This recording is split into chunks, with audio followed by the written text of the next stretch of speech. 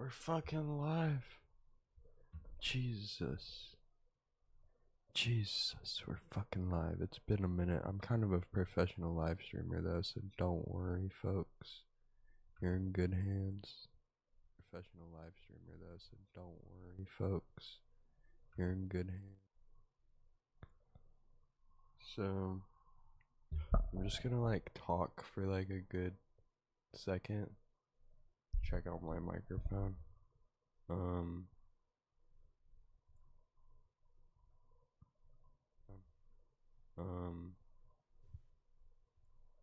So this is a test right here. Hello, hello. So this is a test right here. Hello, hello. You know, my microphone's not that good, but we're gonna use this other cord that might improve it like fucking another level, baby. Another level. Another level. I'm on a whole nother level, hunky. Sorry.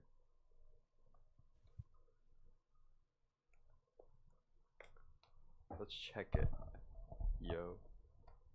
Yo. This is dumb lit. I'm live right now. What's good, y'all?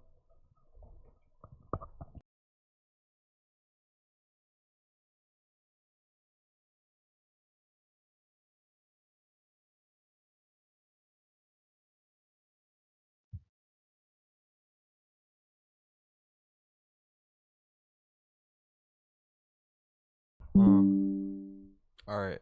What are we thinking? What are we thinking, chat? What are we thinking? What are we thinking, chat? It's definitely better. What are we thinking? What are we thinking, chat? It's definitely better. What are we thinking? I like it. Alright. Alright, chat. We're in the pocket. So, we're gonna watch Tip and Trick. Better stream performance, okay? Disable video. Alright. Y'all don't know about that one.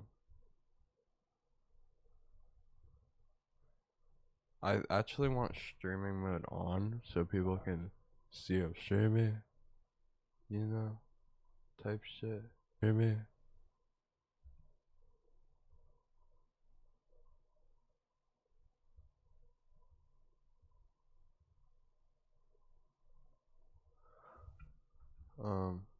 Yeah. Appearance. Accessibility. Status. Fuck. Enable streaming mode.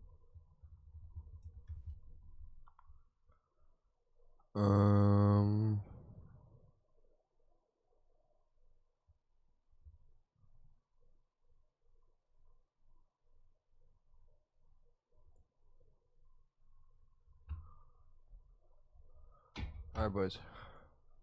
How to turn on Discord All streaming right, mode. welcome back, ladies and gentlemen, to the Chupacabra Tutorials channel. I'm your host, Larry, and today we're back for more Discord voice chat tutorials talking about streamer mode. What exactly... Thank you, sir. Thank you, sir. That's a bet. Copy that. Let's see what my... So, I may want a higher bitrate, potentially. I guess we'll play Dark and Darker and see.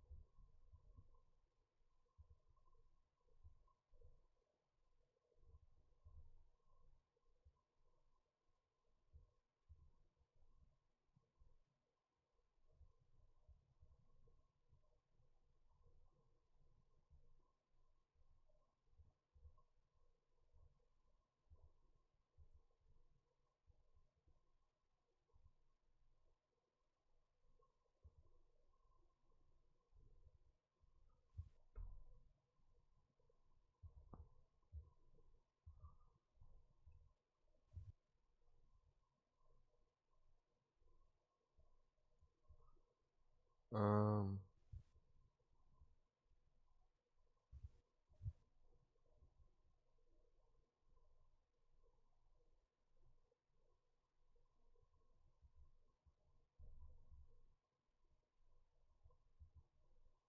Yeah.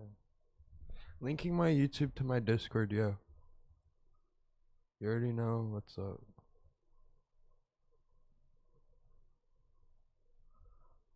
Connected your YouTube account to your Discord. That's mad lit. Alright.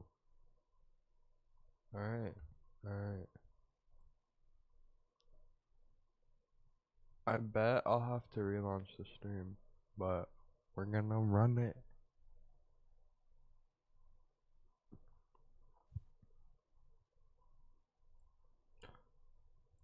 Dark and darker.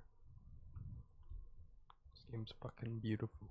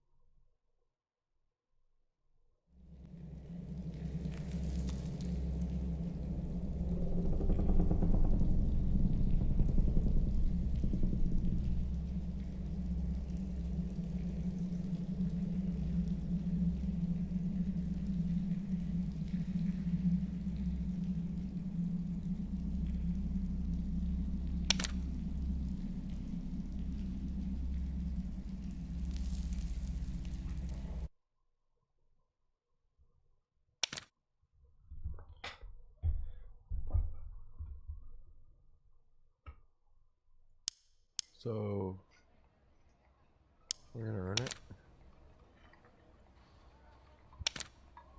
Alright.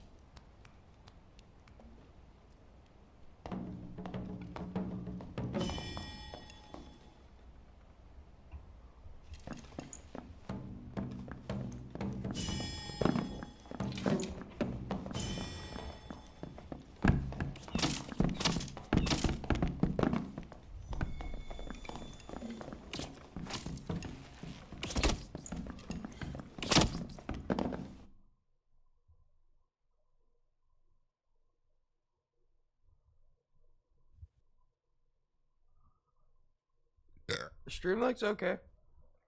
We're definitely gonna do like 5K bitrate next time. So yeah. Stream looks like it's finna be alright though. Probably finna be alright though. Real shit.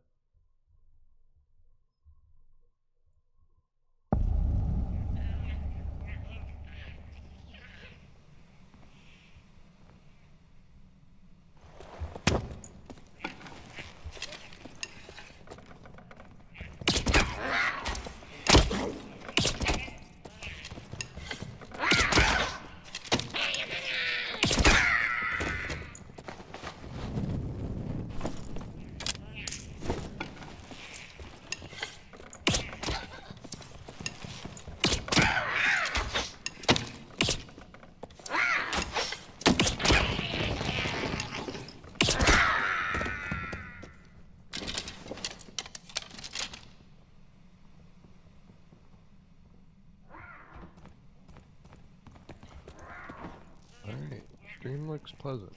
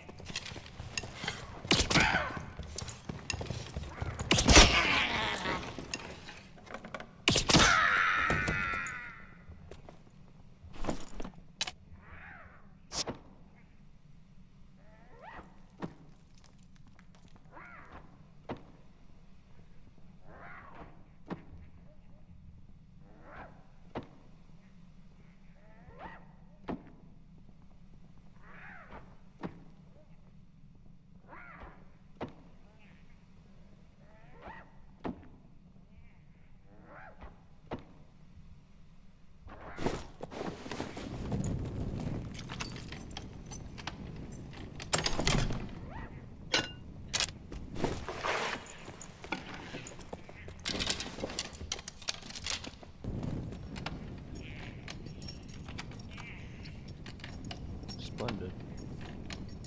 This is splendid.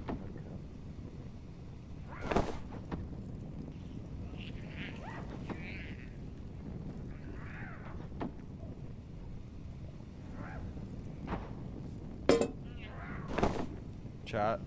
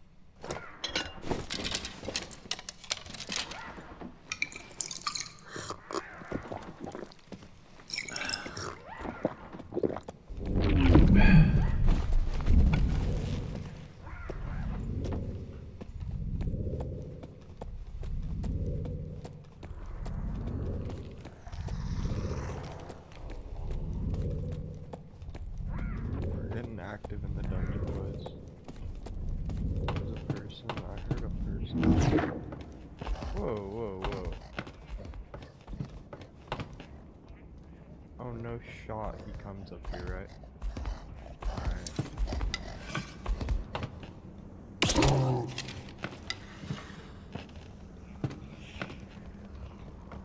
I have 73 fucking arrows.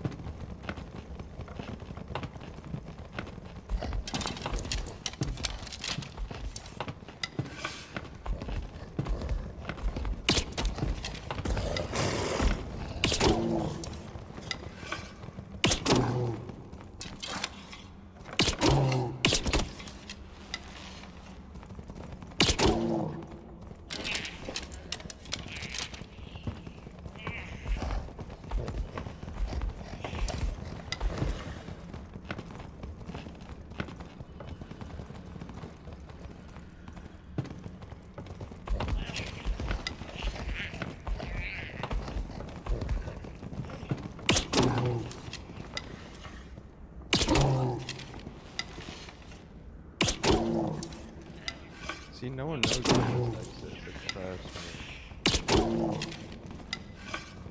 It's gonna come up, man.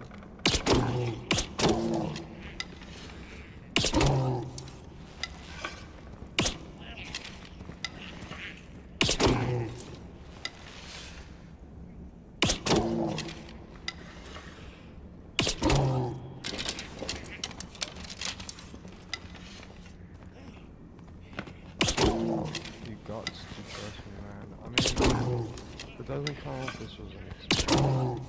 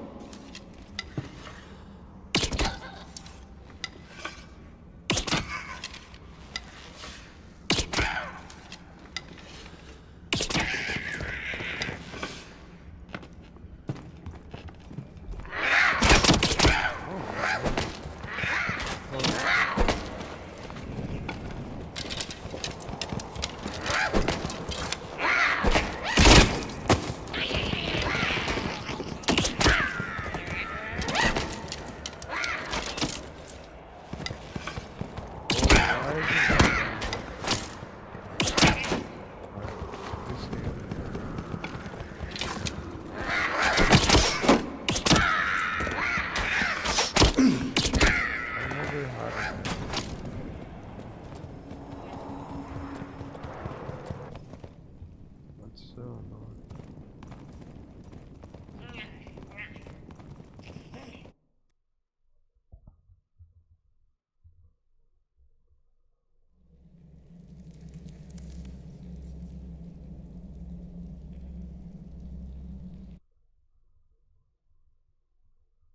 Maybe I got disconnected, like, the fuck?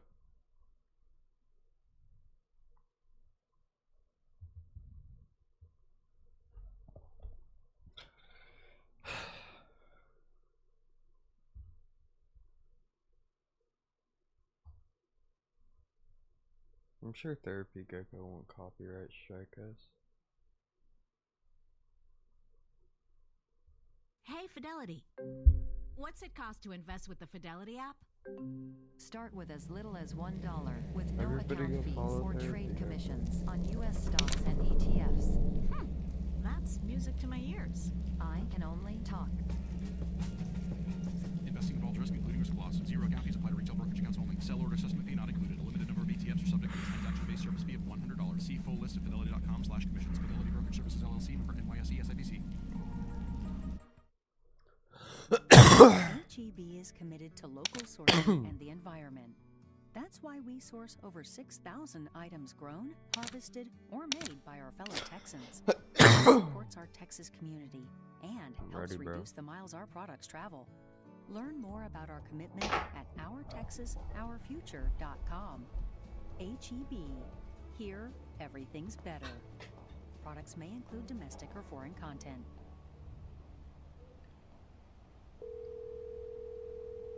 Hello? Yes. Hi. Hello. Hello. How's it going? It's going all right. What's your name, sir? My name is Sam. Sam. Well, Sam, I don't know if you've ever heard this little gecko show before, but I just kind of talk to people about whatever they want to talk about. So what do you want to talk about? I had a weird job a couple years ago, and I think that's the reason why my girlfriend broke up with me. And the job is real weird and has some stories to it, and kind of wanted to talk about that weird time in my life where I had a job that people looked at me all weird. What was the job? I was a crematory operator for pets. You think your girlfriend left you because it was your job to burn dead animals? That, and also I was in school to become a funeral director. What drew you to the profession of dead dogs? So basically what had happened was I was in funeral school, and the teacher was like, hey, my boss is looking for somebody to work at his crematory operations thing, and it's really good because it gets his foot in the door because he owned like a funeral home. So I was like, oh, so you're supposed to make a name for yourself. And I work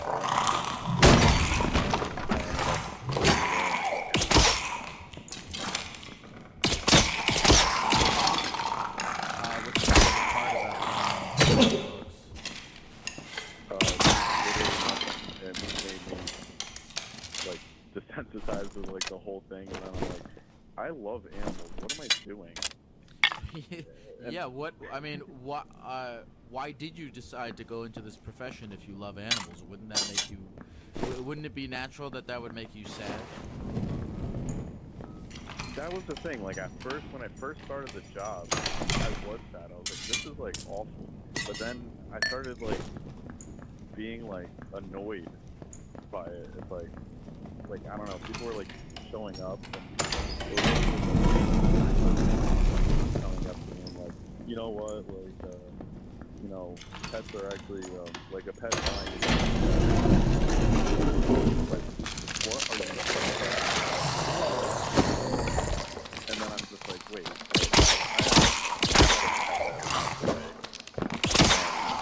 it really sucks, and like, just say whatever. I don't know, I was just feeling like I was just losing entirely my whole empathy for the people's emotions, and it was just not right. Do you feel as though you've regained that empathy? I think so, because now I look at dead animals and I'm grossed out, when before I was like, oh yeah, sure, like, you know, with some blood. It is what it is. Yeah, it was a pretty gross job. Pretty like funny stories though that have come from it though, surprisingly enough. Yeah, like what?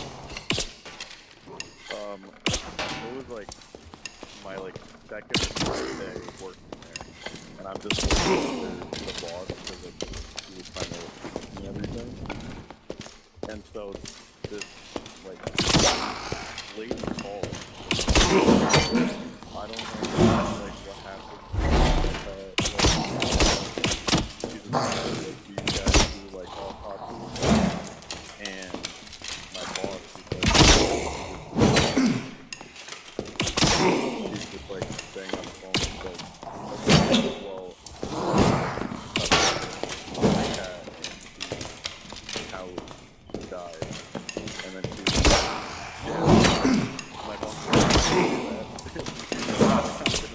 Take your animal. And then she's like, going back and he was like, yeah, so settle for the cat. And I said, can we still bring the cat? See, I'm like, what's going on? I was trying. And then my boss because just go I for thought it. I got Then shot. like, all right, you gotta like put it in a bag and like, That room. put it in a box, and like we're just gonna put the cat in there, and they completely did not do that. So they just showed up, put the cat, just completely desecrated, and it was very crazy to see. And this lady was so drunk, like so incredibly drunk. It was bad. She was really bad. She was drunk. Yeah, she was hammered, like completely, and it was like 10 o'clock in the morning. Can you imagine drunkenly cutting open a cat? That sounds. I mean, that's probably not the best moment in her life. Yeah, no, definitely. I don't know. And her husband was like super chill about it, like, and it made that's what creeped me out the most. Who doesn't have a YouTube account, bro? Who doesn't have a YouTube account? I feel like those two probably balance each other out. I don't know what it is, but that's I don't know why, but that sounds like a good relationship actually. Because that lady needs him as her rock. Oh yeah. Because absolutely. If I can only imagine. I mean, I think that guy sounds like he's CGI keeping her naked from cutting up people. All CGI. Yeah, I hope he's keeping a good eye on her, because I worry about them sometimes. CGI. Like, I look back at that moment and I don't know. Now, when you saw the cut open cat, was this at a point where you were like, "Oh, okay, that's just what it is"? What do we got? What do we got? That's pretty fucked up. It was pretty fucked up because I love cats personally, and at that time my cat was still alive. I'm like, oh, so that's what's inside of the cat, huh? But yeah, I just don't. Fuck you. I'm actually kind of glad that I did take that job, because it told me that I don't have funeral service. Hey, fuck you, Latugan. Do you? Oh yes, your girlfriend broke up with you over. What happened there? I'm not going down there. Yeah, That's where the so Latugans live. I noticed like we would be like how she whenever like I would that like, you know, she was introducing me. Oh, and there's they a would be like, oh, big so ass Latugan over there. like in funeral service, and then like, that always sparked a whole like, I started getting really annoyed by it, and that's when I was like, do I really want to do this the rest of my life? I have to explain why I did this. Why I did it. And I just like, she just looked like because when we first started dating, I was not in that. I was like just community college, and then I made the switch in the middle of our relationship, and that's when I really felt the deep down. I think she was like just freaked out by the whole thing. Tweaking. Tweaking. How has this decision affected your view Tweaking. of your own death?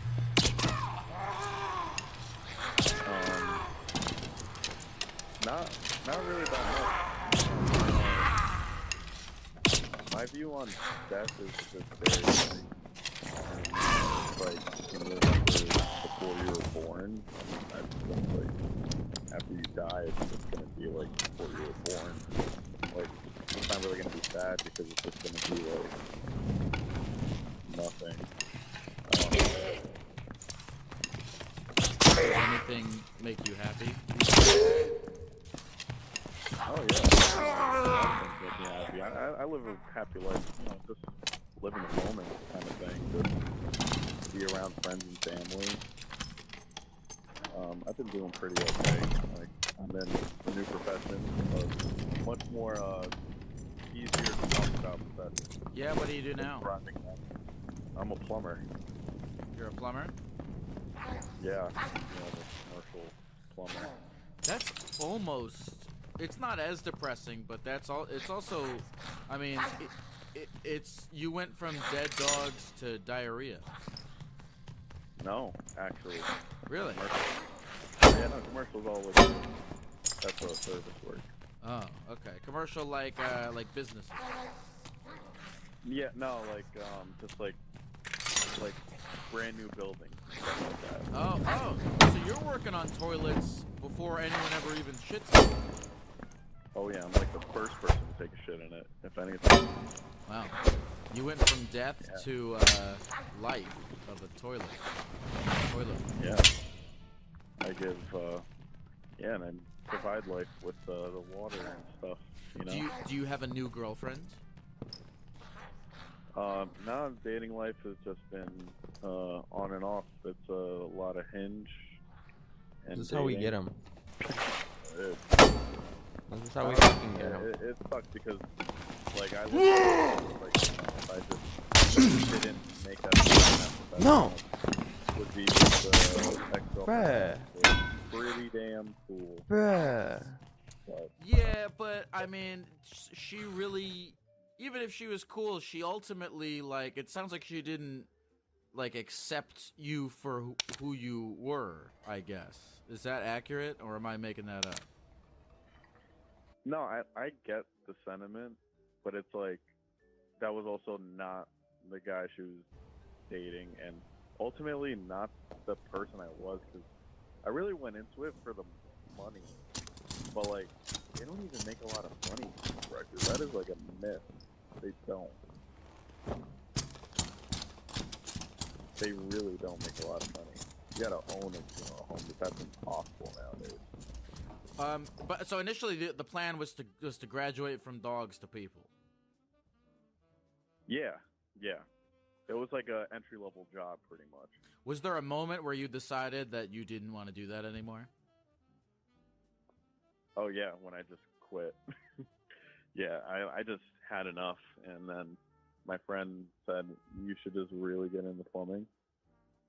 And I was like, alright, sure, sounds pretty cool. I liked Legos growing up.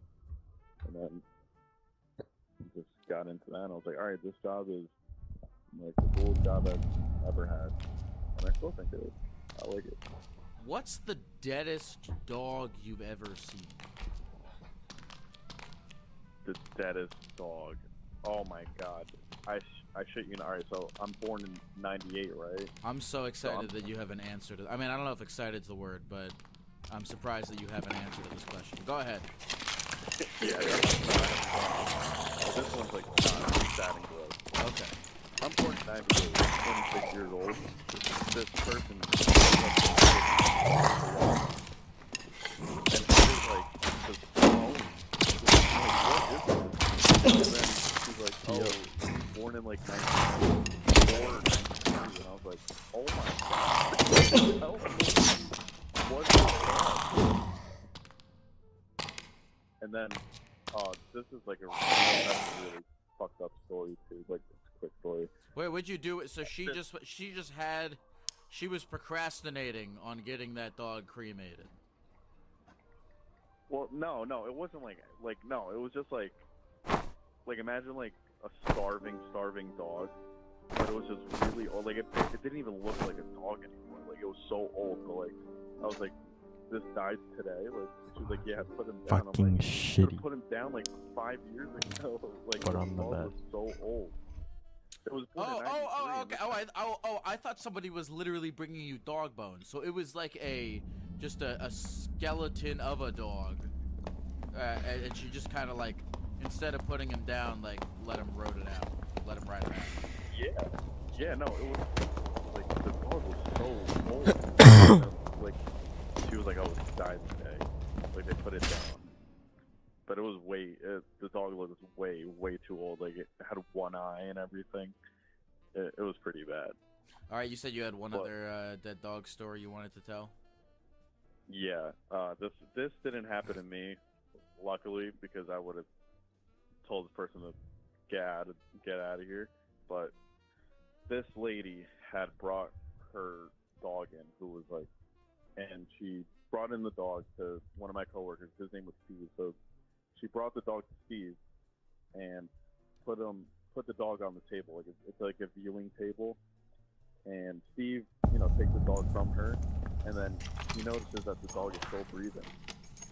And he's like, whoa, this dog is still alive? And she's like, oh yeah, you guys want to put him down? And he said, like, he was looking at the dog, like, the dog was, like, dying. Jesus. And he was like, no, like, go to the vet down the street and put him down. And she's like, you don't think you could just, like, put the dog in there? And he's like, no, absolutely not. She wanted, like, him to... They wanted you to burn the fucking dog alive? Yeah. Jesus like, Christ. Like, oh, you don't think you can put this in? Like, she's already, like, dying. He's like, no, absolutely not. Jesus Christ. That's so fucked up. No, it gets worse. It gets worse. And then the woman, he goes like, go to the vet down the street and then come back. And so she goes out to the car, and you can see outside. The car next she's out there for 5 minutes, and then she comes back in the No. I swear to God. No. That's so fucked up. Yeah. That's one of the more fucked up things I think I honestly have heard on this podcast. That's really fucked up. She just fucking like put the dog into her car and killed it? Yeah, pretty much, Jesus. yeah. I would have get the fuck out of here. Oh my god. Wait, Yeah. did your coworker not? Was your coworker like, all right, well, I guess if he's dead, bring him in? Yeah, no. Okay. Jesus fucking Christ. What the fuck is wrong with everyone in that situation? God damn. Well, I've had a lot of like, this was like a couple years ago, so it's hard to like remember like a lot of it. But I've had like so many just like crazy stories, just like nothing as crazy as that. That lady cutting open her cat. But that has to be like hands down like the worst. Yeah, let me kill my dog real quick, lady is probably the worst. Yeah. Jesus, that's so that's insane. Man. Yeah, no, well, congratulations on switching professions to toilets. Oh yeah. Honestly, the worst diarrhea, taking a shit on the rim of the toilet seat, whatever thing, is not as bad as that. And you don't even deal with that. Yeah. You're cleaning IKEA toilets. No, you're not cleaning them. I just don't know what you're doing. Yeah. But, well, thanks for sharing. I think, by the way, I like dogs. Okay, I love dogs a lot. I don't know. I think my eagerness for you to tell me dead dog stories maybe comes off like I don't like dogs, but I do, and I would never kill a dog in my car. And I hope you wouldn't either. I hope you're listening. I wouldn't do that. Please don't kill dogs. What's your name again? Sam. Is there anything else you want to say about the computer before we go? This game's scary. No. Hope everyone has a good life. Hey, take care, Sam.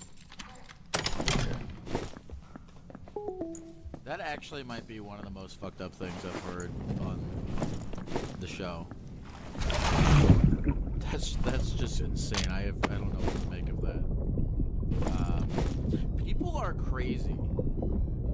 Like, I don't know. Like, well, it kind of makes sense when you you ever go on Facebook and you see crazy people. They're not just in your computer. They're in real life. In real life, there's crazy, fucked up people. That's wild. That's insane. Yeah, I don't know. I'm glad that guy got out of killing dogs. That's gotta be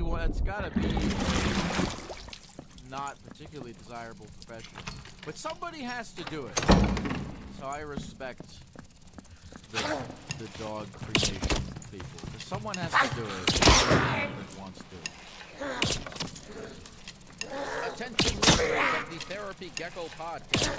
You know that I do a live version of this podcast on stage, in person, in front of real people, and that I'm doing this live show in several cities across the United States this year, and that tickets are available right now at therapygeckotour.com or at the link in the episode description.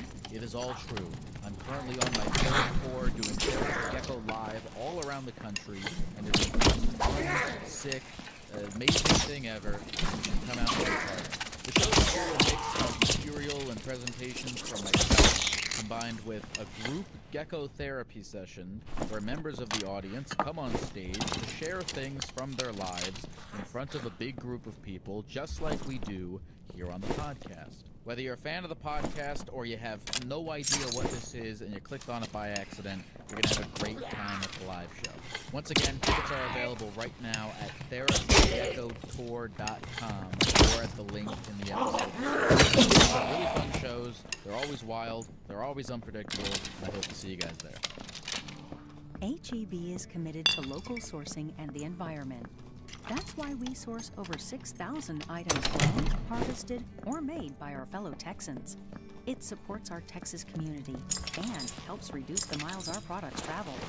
Learn more about our commitment at OurTexasOurFuture.com. HEB. Here, everything's better.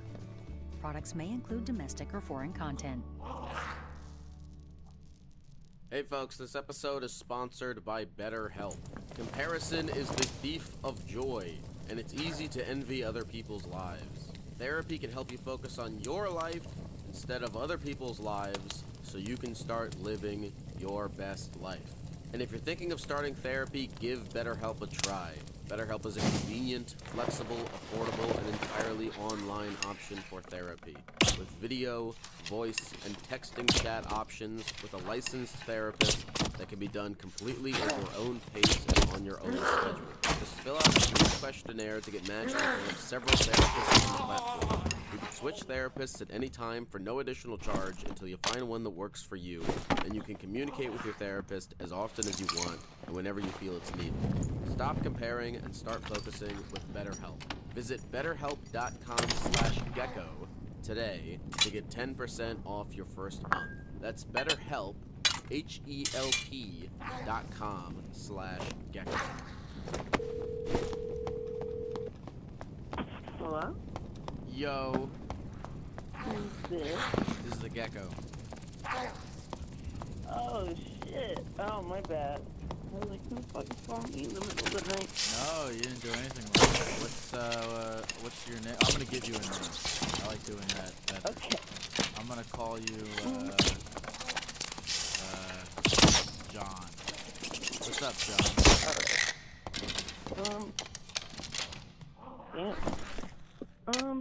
Nothing much. Just sitting around my apartment, hanging out with my cat, smoking weed. You know, that's a good life. That's a good life. Hell yeah. Good life. Super lucky. I did a physical, and Oh, yeah.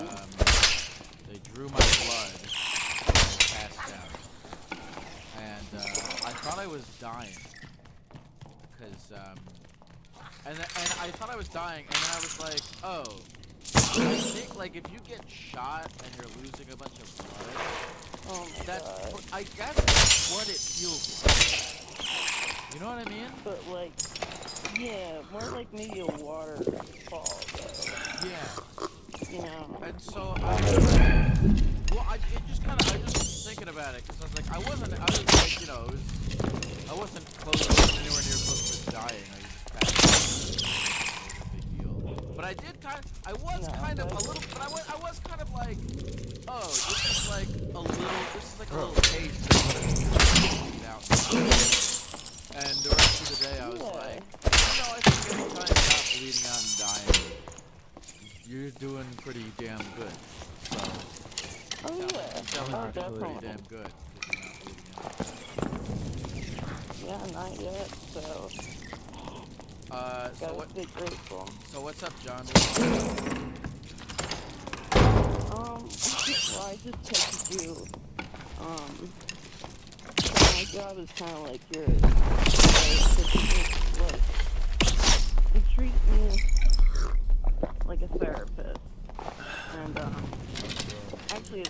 probably a lot of other people who relate. So I'm a tattoo artist. So I don't know if you've heard about this. But people like to get tattoos and like, oh yeah, it's blah. It's like crazy shit. And like, I don't have training for any of that. I got my own shit going on.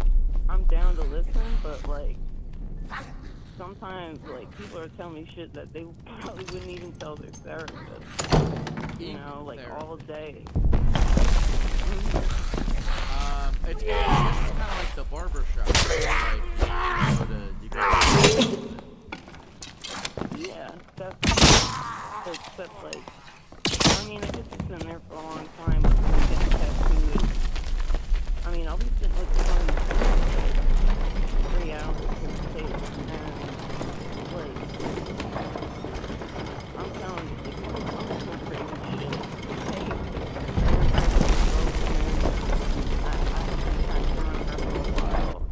And, you know, without going into the gory details, she was in a very relationship. And, you know, we talk about it here or there, because, you know, empathize on certain things. So one day she comes in with this dude, and I was like, oh, yeah, this is so-and-so. I'm like, it's not the asshole, right? So, like, this dude's quiet, and I'm about to tattoo this girl, and he's like, alright, I'm gonna go hang out outside. I'm like, alright, and then, like, he's on the door, and he actually tried to do it, and I don't know what to do, and I need your help, and I was like, what the fuck? I was like, I can't do any of that. Like people just, like, I want to help people, and I want to listen, but, like, I can't do that shit, you know? Yeah, no, I mean, that's way more than what you signed up for. Yeah. So, like, I don't want to sound ungrateful, because it's, like, I am honored that people are going to open up to me, Sure, but sometimes I'm like, yeah. No, like, I for, like, seriously, if you I really do, if you make the decision and you're like, look, I'm here to give people tattoos, I can't I can't get involved in their lives and you know, give them psychiatric evaluations. That's not what I signed up for. You don't have to feel bad about that. Like, you don't have to beat yourself up about that. Yeah, I appreciate that. I mean, like, again, I don't want to sound selfish, because I know we all got shit going on, but it's, like, hard when you got shit going on in your own life, and then, like, people are just, like, real personal with you, and it's like, oh, man, like, two things at once. I don't know how to explain it, but, yeah, people go through some crazy shit. And I gotta give the human race a lot of credit. No, but you don't. I mean, you don't have to. Like even I guess for me with this podcast, you know, I think I used to a lot more kind of beat myself up for not having like the perfect stuff to say all the time, you know. And then I made a decision where I was like, well, I'm gonna try my best to navigate this thing, and if I fall short of perfect, I'm not gonna, you know, feel bad about that. Yeah, no, you're right. I'm definitely perfectionist, and definitely people pleaser. So, it really does, like, leak into every part of your life. I always figured, because of my profession, like, people are, like, trusting you to put them in a vulnerable position. So it's like, you know, like, be as accommodating as you can, but sometimes you, like, accommodate way too much. By the I'm way, definitely guilty of that. you sent. By the way, I'm just looking at these texts that you sent me. You sent me. I'm just gonna read a few of these because you've. Yeah, the first time you texted me on this line was a year ago, and you sent me so many different things. I want to talk about how hard it is to date with. Can I say these things? I mean, I guess if you texted me them, you want to talk about. I don't know if we can talk about all of them. Whatever you want to start with. I don't know if we'll be able to get through all these, but I guess just at a glance, I'm just gonna read off some things, and if there's anything that you want to get into, let me know. You said I want to talk about how hard it is to date with genital herpes. I want to talk about spilling my dad's ashes. I want to talk about my ex moving down the hall to try to convince me to marry him. My ex used to pee on my stuff. I met somebody on vacation who wants to help me traffic people. Or help him. I'm sorry. No, I'm not trying to traffic anybody. Oh, yeah, no, sorry. That's an important detail. No. Yeah, I figured. Oh, I like this one. I'm afraid of Australia. That one's kind of. Oh, yeah. Why are you afraid of Australia? Like, alright, because you've been there, right? Yeah. I've never been there, but I see these fucking bugs, and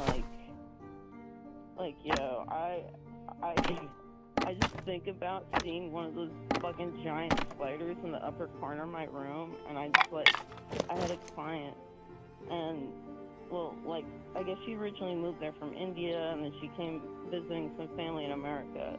And she was like, I guess they moved to Australia about 20 years ago. And she said her first night there, they were in a hotel room, and she saw one of them in the corner, and it fucking scurried behind the window, whatever. I just and there's so many bugs like that, and fucking koalas piece through their skins, kangaroos are fucking bodybuilders, yeah, they're huge. It's just yeah. I mean, so I don't know.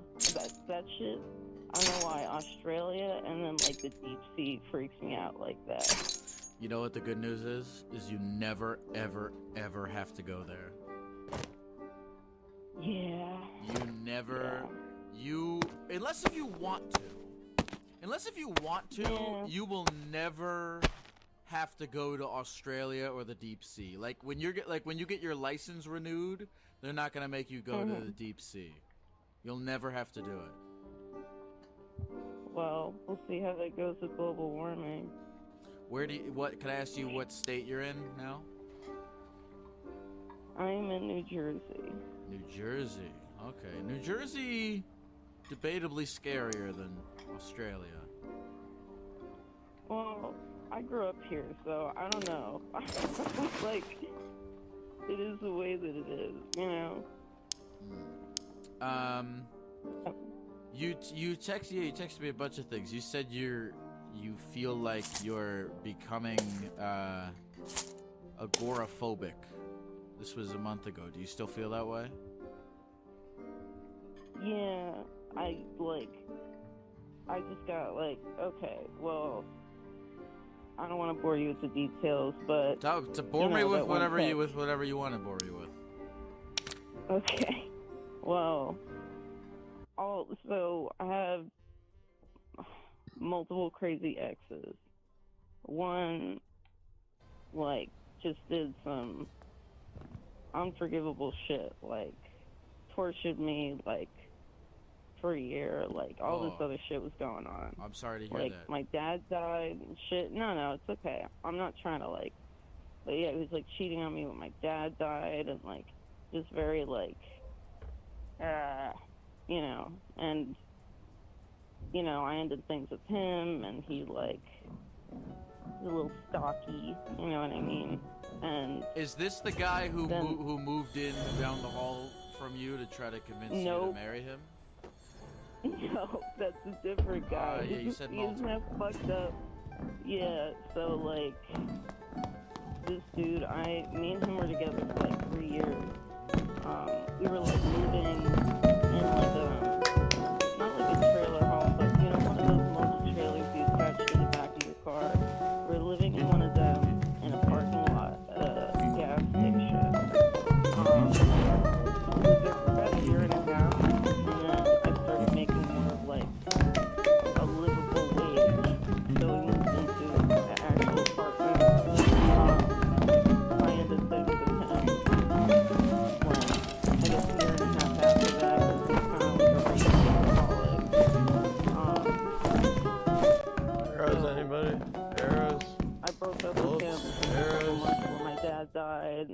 like in a dark spiral, I guess you could say, and my sister's like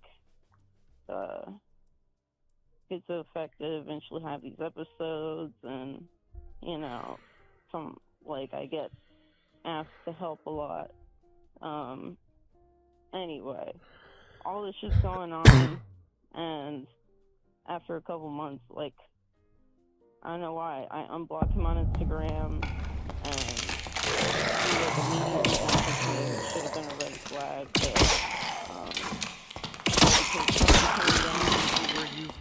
were you just feeling lonely? I guess so.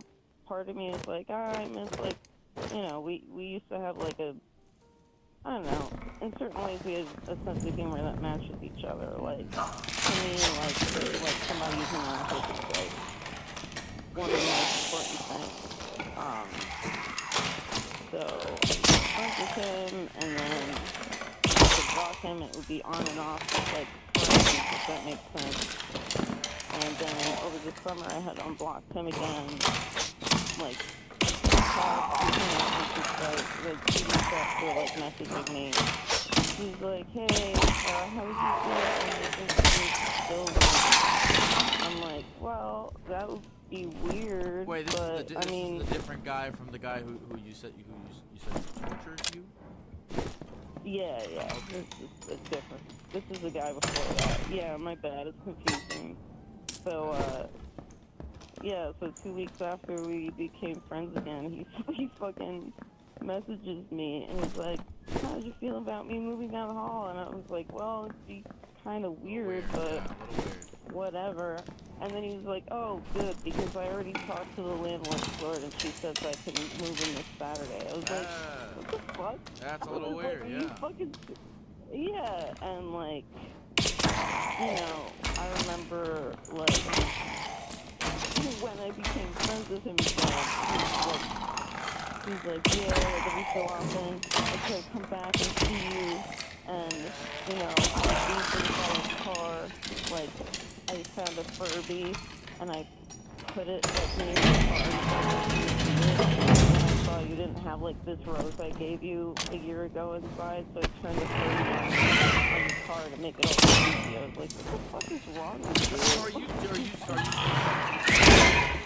No, he's 3 doors down. Oh shit, he still lives there. I don't know how. Do you guys run into each other? There have been a few times. I just like, so like, I wear glasses, so like, if I see him, I'll like take mine off, because in my brain, I'm like, oh, well, if he sees me not wearing my glasses, then he's it's like, see him. You know, I thought it was gonna be like a Clark Kent thing, where like if you're it's a disguise to not wear glasses. Yeah, except like not at all. Like it does not fucking work at all. So I mean, you started talking about all this when I asked you if you feeling agoraphobic. Is part of the reason you don't want to leave the house because you're afraid to like run into this dude? No. It's a surprise. Yeah, It's made out of a stick. Like sounds a little ridiculous, but I'm just like, again, I guess this, as time has gone on, just all the stress from life kind of builds up, and I get home from work, and I'm like, yes, my little hidey hole, but... This is like you know, super annoying, but would you ever move? I would, but I can't afford it, because I have thought about it, but, I mean, what I've been... I just can't afford it. So, I mean, there have been times where I'm trying to, like, figure shit out, but then I just kind of give up, because I'm like, I've got 110 million other things to take care of, you know what I mean? Well, I mean, the way you said it, where you were like, after being stressed out from working and whatnot, I just like to, you know, be in my hidey hole and chill. I mean, that sounds pretty normal. Yeah, I mean, I don't know. I'm not a real therapist. I'm just chit chatting. No. I get what you mean. Like, okay, if I don't have to leave my apartment, I can stay in here for days and, like, not walk out my front door once. Like, is that something, like, hopefully it is normal, but is that, like, normal? Here's the thing, and this is what I really believe is, like, are you, I mean, look, I asked you what you were doing. You said, I'm smoking weed, I'm hanging out with my dog, right? You have a dog? I got 3 cats. You have 3 cats. You're hanging out with your cats. You're smoking weed. You're watching. You're hanging out. The bottom line is, are you enjoying life? Because if you were to tell, here's the thing. If you were to tell me, I long for greater fulfillment in my life by going out into the universe and doing stuff, but I'm terrified to do it. I would say that's bad. I think that would be bad, but I don't know if that's your situation. You know what? Because I really do. Like, I want to travel and I want to do, like, all this crazy shit. Like, I recently worked at a convention where I can get crazy and meet people and, like, go out and socialize and, like, see new places and try new shit and, like, I don't know, try to just be a person of the world, like, you know what I mean? I mean, don't get me wrong, I'm like, it's like I can find joy in both. So, like, on one hand, I'm like super happy, just chilling here, trying to be in the moment, being in my space, like recharging, nobody disturbing my peace. But then I just have to keep in mind, like, this is not all there is. Nope. You gotta go out and get that other shit. You know? Yeah. Does that make any sense? It does make sense. I mean, so yeah, I mean, that I've been to a tattoo convention before. I made a little video. Oh, yeah? One. Yeah. Which one? Fuck. What is it called? It was the Philadelphia one. It was in Philadelphia. Oh, yeah. Oh, that's a big one. Yeah, I think it's like a traveling one. I went there in 2018. Oh, yeah. I met this clown that talked about eating kids. Oh, nice. That makes sense. So, yeah, that was fun. Yeah. I mean, so... The Philly convention. HEB is committed to local sourcing and the environment. That's why we source over 6,000 items grown, harvested, or made by our fellow Texans. It supports our Texas community and helps reduce the miles our products travel. Learn more about our commitment at OurTexasOurFuture.com. HEB. Here, everything's better. Products may include domestic or foreign content. When booking with other vacation rental apps, sounds like this. This place doesn't look like the picture. Come on, doors are on back. What the? Is there a door behind all those spiders? It's time to try one that sounds more like a vacation. Look at how many spiders there aren't. Where should we lie down for 8 consecutive hours first? Relax. You booked a Verbo. So, I mean, listen, I don't know you. We've just been chit-chatting. But you sound like, you're doing, I mean, this is a blanket statement that I'm gonna make. But you sound as though you're doing better than you seem to give yourself credit for.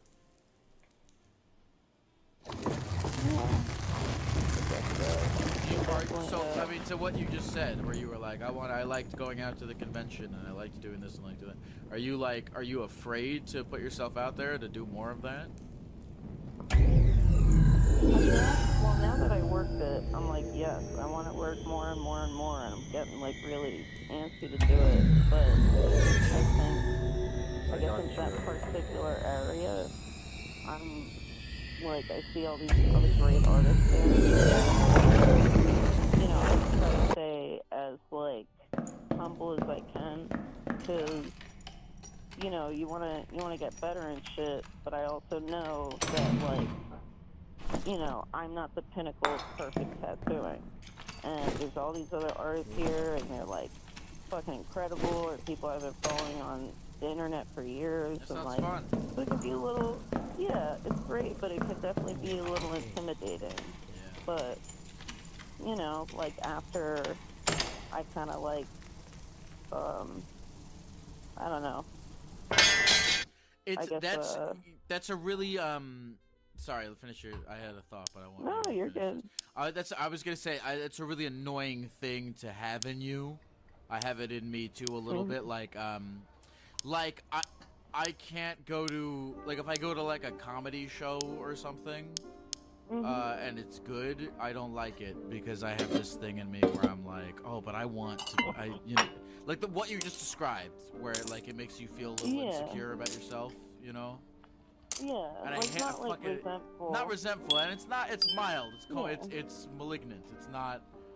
But like you see something really good, and it makes you feel kind of bad about yourself. I know exactly what you're talking about. I think it's such a bad. It's like I wish I didn't have it at all. 'Cause you see people who are just like, oh, I just like stuff. I don't see I don't see people making good stuff as any reflection of me, you know. So I'm with you. I know what you're talking about. And probably like, I don't know not good, about you, but it's like, probably not. But like, also like, I don't know about you, but for me, it's like, like I have so much, or like I feel like I have like so much reverence for all these other artists, and then I just feel like I'm not equal to any of them, like famous or not, like, you know what I mean, just any and every other tattoo artist. But then it's like, well, I gotta give myself some credit because I'm working it. I got clientele. This is my full-time job. Like, you know. Well, Why does whether or not you are as good as them, whatever that means, because you know. Yeah. Art is subjective and all that stuff. Well, I guess but like that doesn't in the context of your it's a perfectionist thing. In the context of your goal being, I want to go out into the world and do fun stuff and be around other people. You know, that doesn't matter whether or not you're as good as some tattoo grandmaster person thing. Yeah, fucking the mega ultimate dude.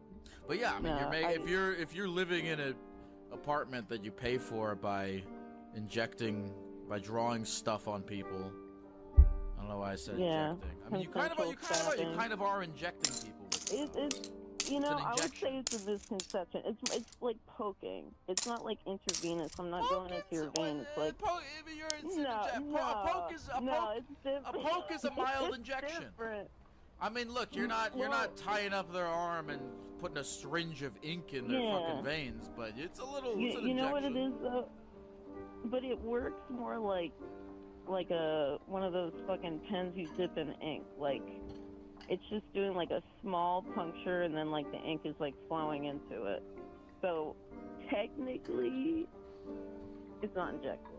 But I'm just fucking being nitpicky, I guess.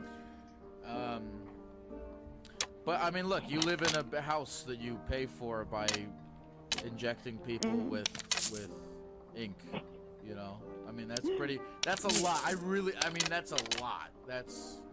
Oh yeah. That's incredible. Trust me, I'm super grateful.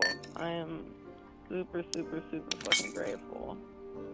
You know, life was a lot very, very different, and tattooing really changed my life, and I'll never take that shit for granted, and I'm just super fucking grateful.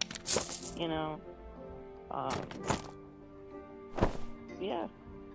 And I know that I worked hard to get here, and I just gotta like give myself the credit for that. What would you say is the weirdest tattoo you have been asked to give somebody?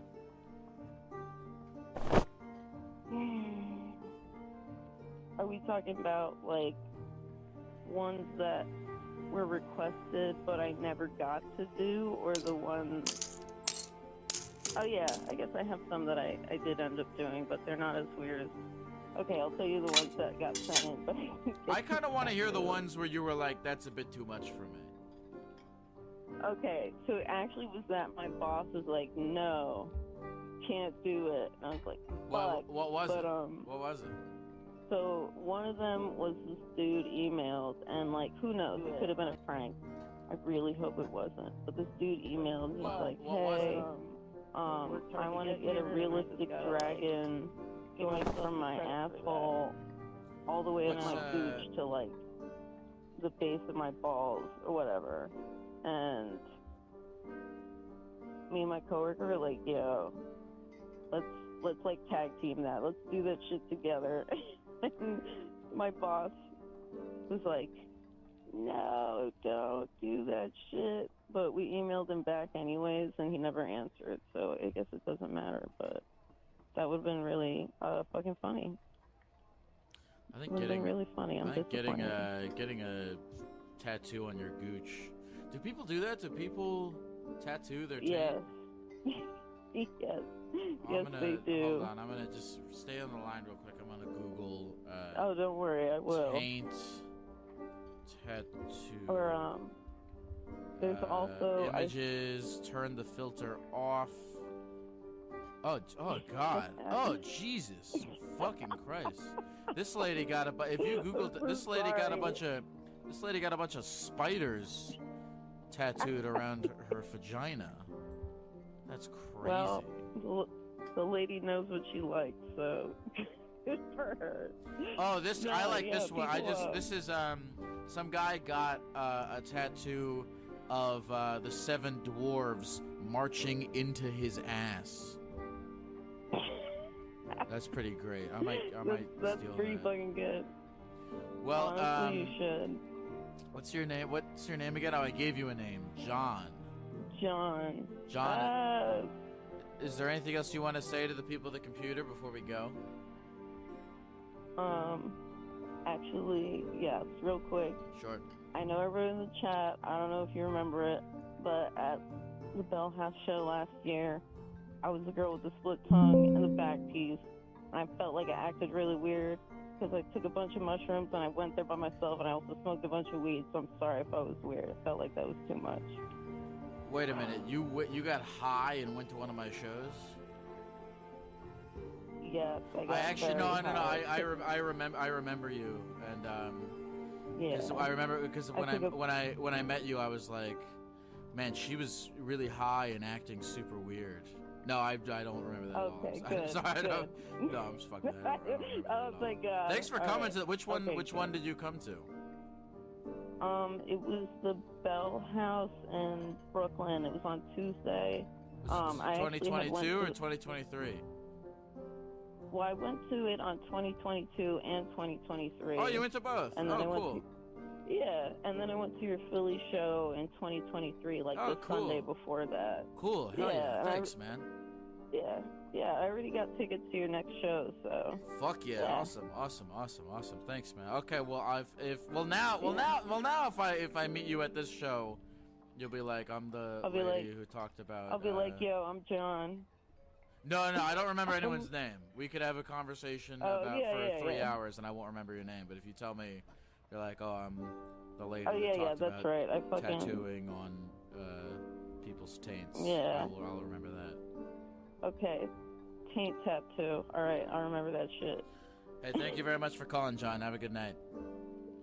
Thank you, you too. Have a great one. Bye. That was a nice call. That was fun. That was a nice chit chat. You know, I felt like a good chit chat. I like chit chatting. I don't have any tattoos, not for any real reason. It's just cause I don't know. Will the tattoo of Master Shake on my ankle be relevant to me when I'm 80 years old? Probably not. That's just why I can't get into tattoos, is because, like, I mean, the posters I had on my wall when I was 21 I don't wanna are do much that, different from the ones I desire to have now.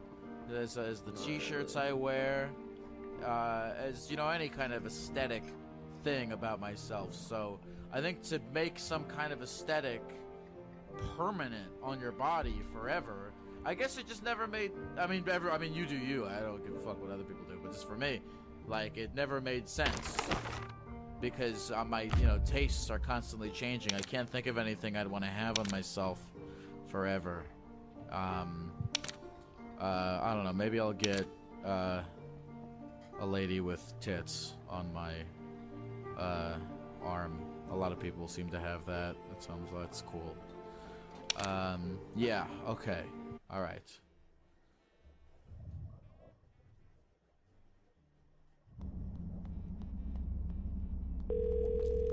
Hello?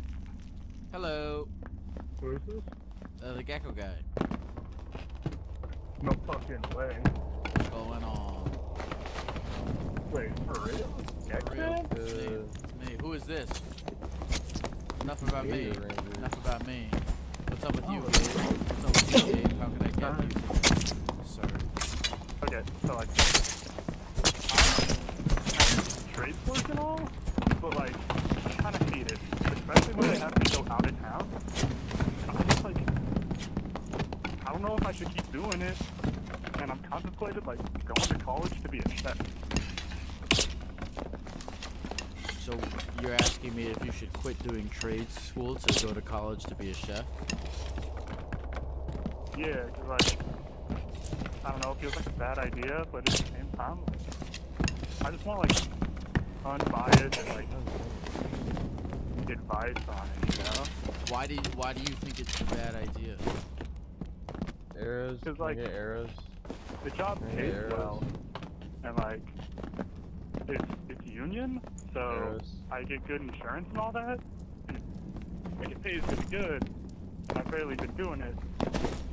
But like, it's kind of miserable when I go out of town for work. I got no friends around me. I got like none of my hobbies, and like it just blows. Do you have a passion for gastronomy? I love cooking. Like, you ever like chefed up a good meal for someone, and like watching someone smile when they eat the food you cook is immaculate. I wouldn't know, dude. I microwave rotisserie chickens. That's nuts. That's wild. What's your What's your magnum opus dish? What's your big hello, pretty daddy. dish? Pretty daddy, hello. Hello. Hello, pretty daddy. Yeah. Pretty daddy, hello. I'm like the Don't look at me like person that. to ever Speak step to foot me. on the earth, but I make this chicken tikka masala every now and then. Give me arrows, arrows. Give me arrows. Arrows. Arrows. Like, Arrows. here's the thing. That's why it's hard for me to give you Skibbity unbiased ribs. advice. Skibbity I don't really know what the career path of a listening. chef looks like. Arrows. You know? Do you? Arrows. Yeah. Give me I arrows. can't give. I just No, I like, can't. like, I can't give you. go to college for culinary school, and then you go work at a restaurant and make food, or like start your own restaurant. I can give you. I actually do think I can give you some practical advice about this. Okay, Well, lay it on me, you're Jack, 19. man. You're 19, all right? That's what it says in my. Yeah, in your I'm 19. text. I Why don't turned you? 20 this year. What state do you live in? Alaska. You live in Alaska? Yeah, dude, I'm up here in Alaska. I'm out of town right now. I'm in a town called Cordova. There's 2,000 people here. There's no chain stores, which like I don't care. That's like the way to measure like how populated it is. Right. You know. I mean, you live in Alaska. None of your first of all, none of your decisions that you will ever make matter because you live in Alaska instead of a real place. So I hope that, and that that should give you some comfort. That should give you some comfort. You're not even a real person, so you can do whatever you want. It doesn't matter. My actual advice though is, why don't you like fucking I assume there are chefs in Alaska, correct? Yeah. Why don't you go talk to like 5 different chefs and find out how they got to be where they got to be, and then get their advice and use that information to inform your next move. Yeah. That's what I would do if I was That's a you. good idea. That's some wise shit. Fuck. Damn. I don't really know how to reply to that. Yeah, go do that. That man really fucking. Well, that's thinking what three I mean. points So early. when I was in college, I used to go on Twitter. I used to be like a writer. So I just went on Twitter and I just found all the TV shows that I really liked. The writers were just on Twitter and they had like, you know, a couple thousand followers, so if I tweeted at them they would see it. And I got to do interviews with, like, I interviewed the head writer of the Eric Andre show, I interviewed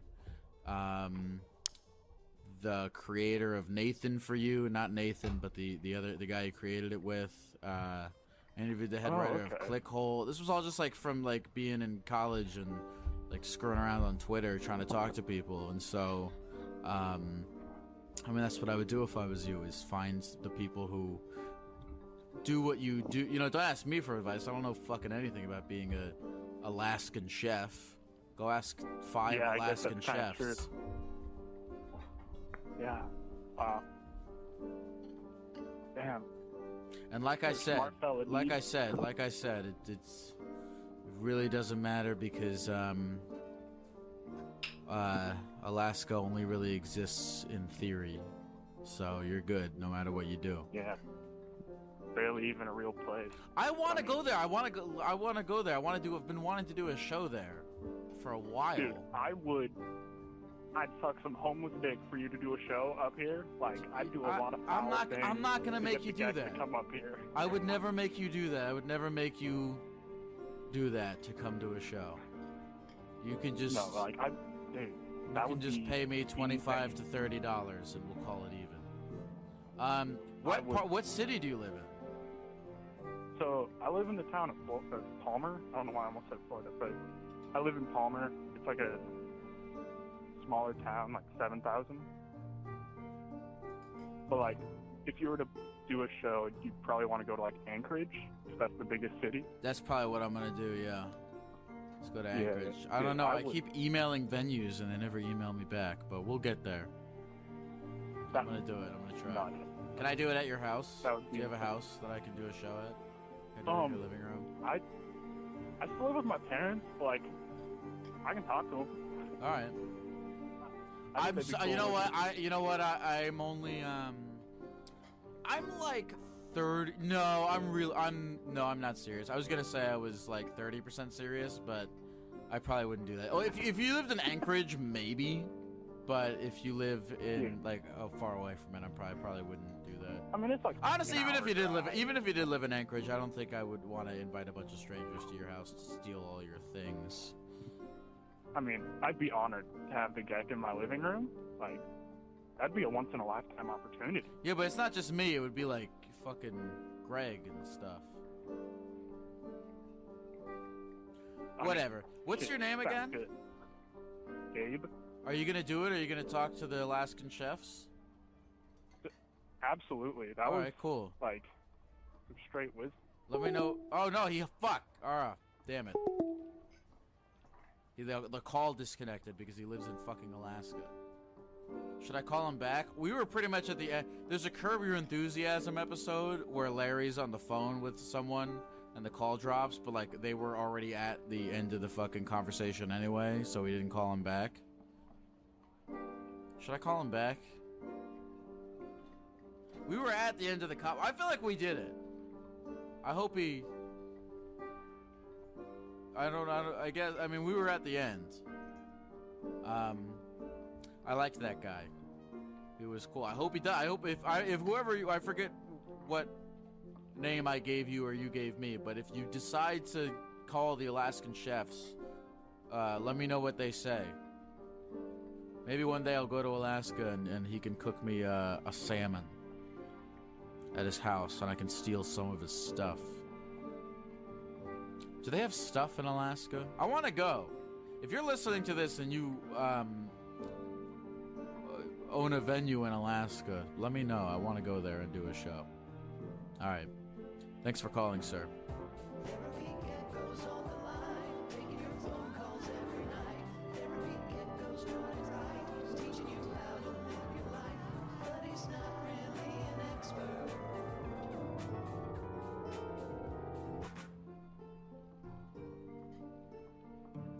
HEB is committed to local sourcing and the environment.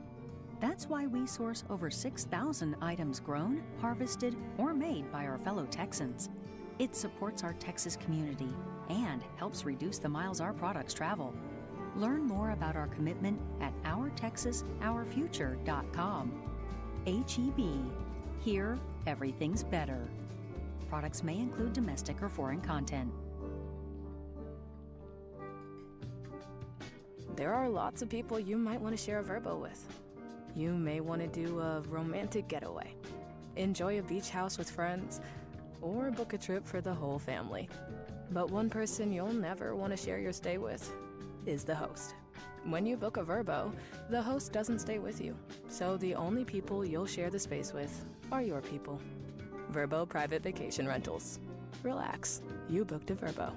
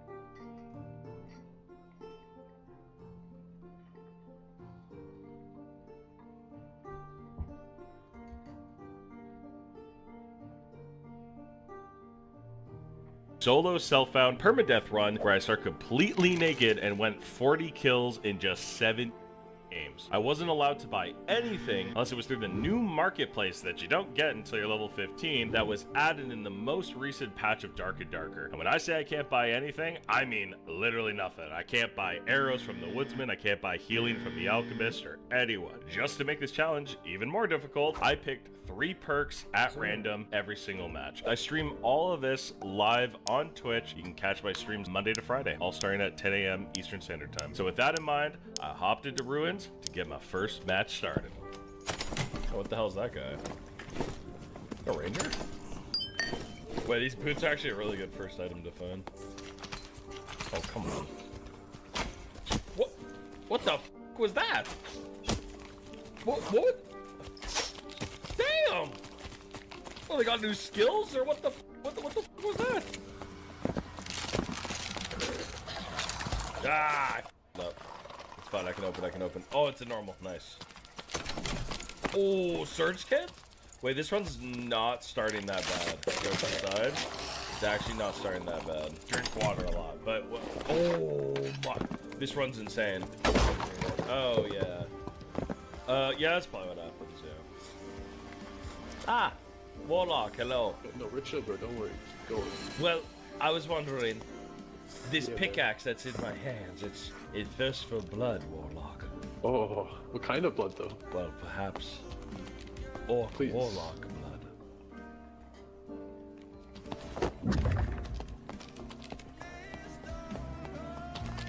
Well, all right, we're good. It sounds like it's craving blood again. What? Why?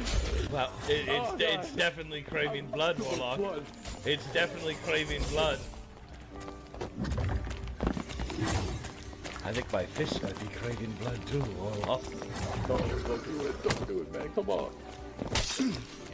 Ow! What's wrong with you? Why would you do that? You touched me, mother. He punched me. Come on, man. I'm about to die. I'm a baby Warlock.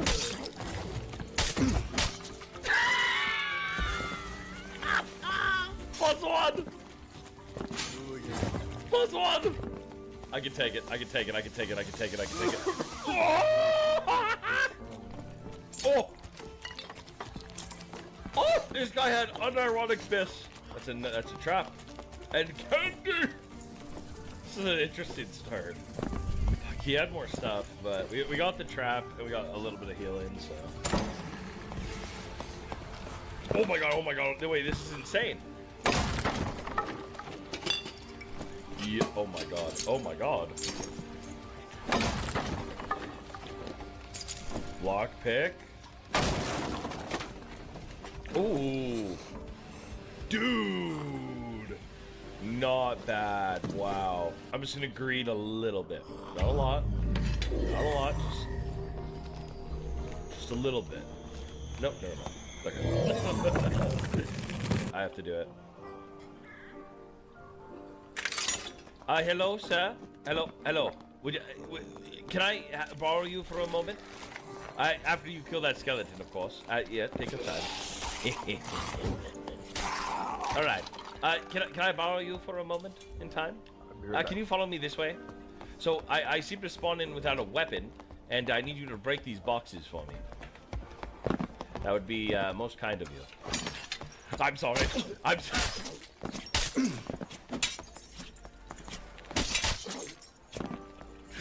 It needs to happen. It needs to happen. Yes!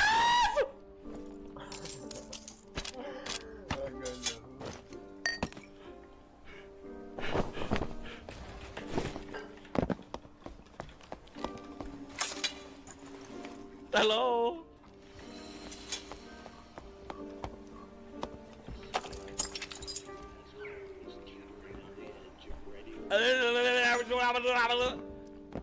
Hello, friend. Hello.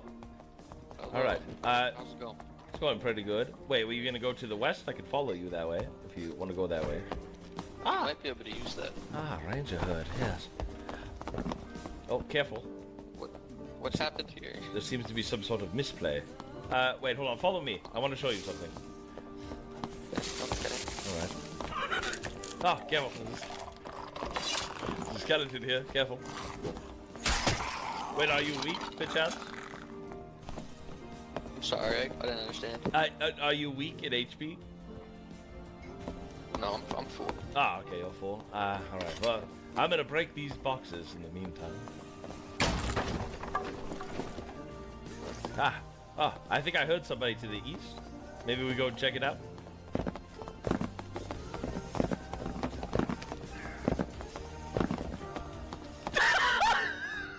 He knows for sure. He knows for sure. Oh, another trap! Oh my god. Wizard, would you be interested in a duel? Maybe? Maybe we just fight it out? Are you like cracked and stuff? Perhaps. Nah, I don't really play Wizard to be honest. Ah. Let's go on the bridge. We can. Yeah, sure. We can go on the bridge. Sure. Oh no. I'm so sorry. I'm so sorry. Oh no.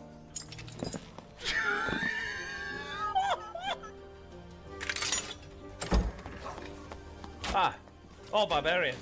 Your kind is, Barbarian, come this way. Come this way. Come this way, Mr. Barbarian. Come. Come, hurry up.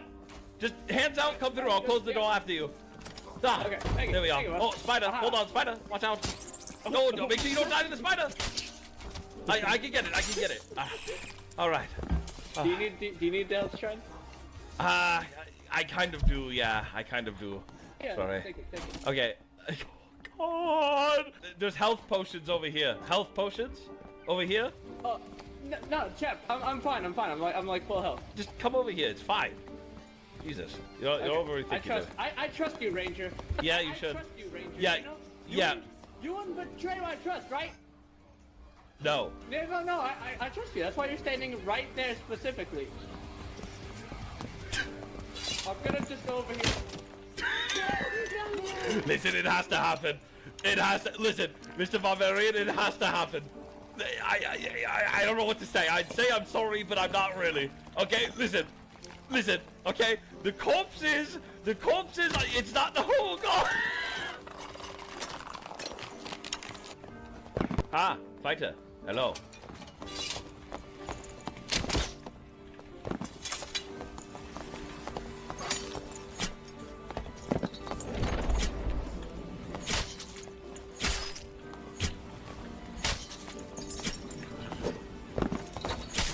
Yes!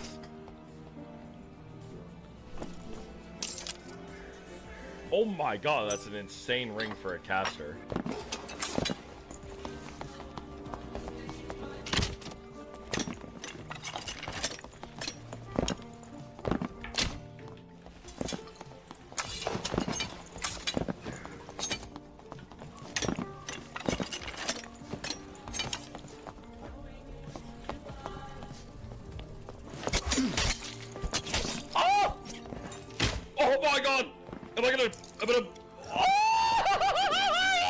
Okay, maybe that was a little too risky.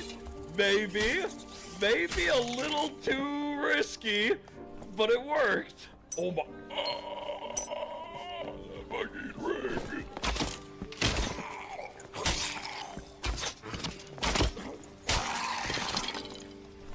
Oh, okay, there we go. Okay, that's actually fucking huge. That is actually huge. Someone behind me.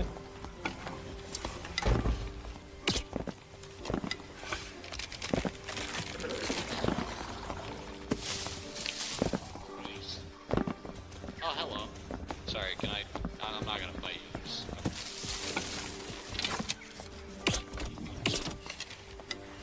That's crazy, I'm sorry. Listen here, fucker. I didn't want to do this, but you... Oh shit, I fucking fell! Shit! Oh yeah. We touched that ass. No, please! Oh yeah, get over here. Oh, I thought he would die! yeah, come here, big boy. No! Oh my... Fireballs. Wait, it fucking speed boosted me.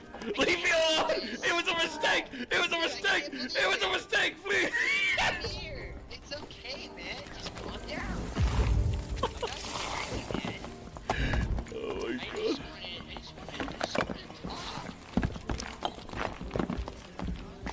I just wanted to talk. I just want to talk. You're being very rude right now. I entirely appreciate it. What? This guy's like just so bad he's good. Why does this wizard only want to kill me? Okay, I gotta set the trap up. Oh my god, they're fucking... How many fucking hits does it take? Come on, please. Just fucking die. Please, you stupid mob. Die. Just die!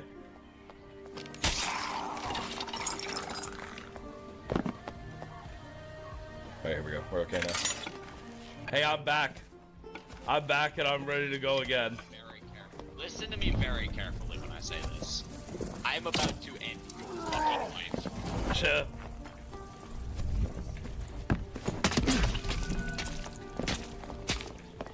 No, it's fine. No, it's fine. Oh, okay. Okay, you wanna fucking go? Oh no! Yeah, bitch! Suck my dick! Don't worry, I see him. I see the road.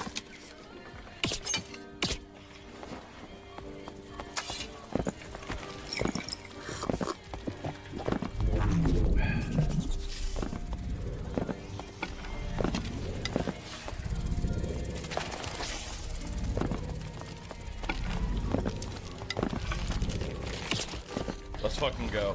Oh my god, let's go. Oh, there it is. Oh my god, more. Shit.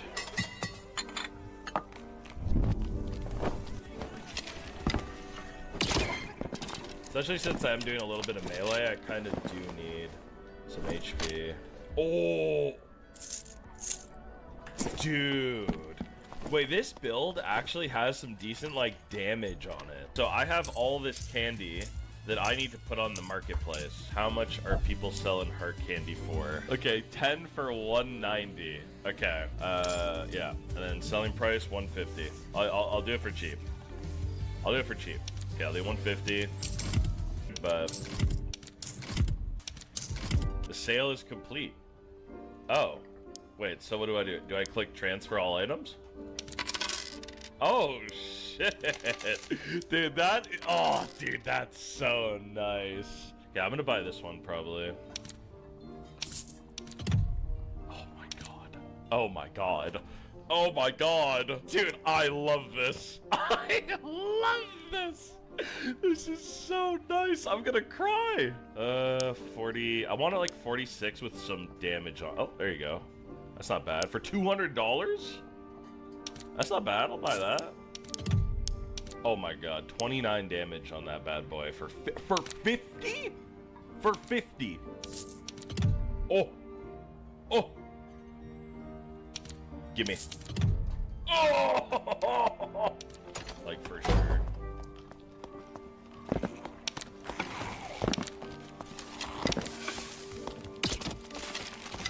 Good, chat.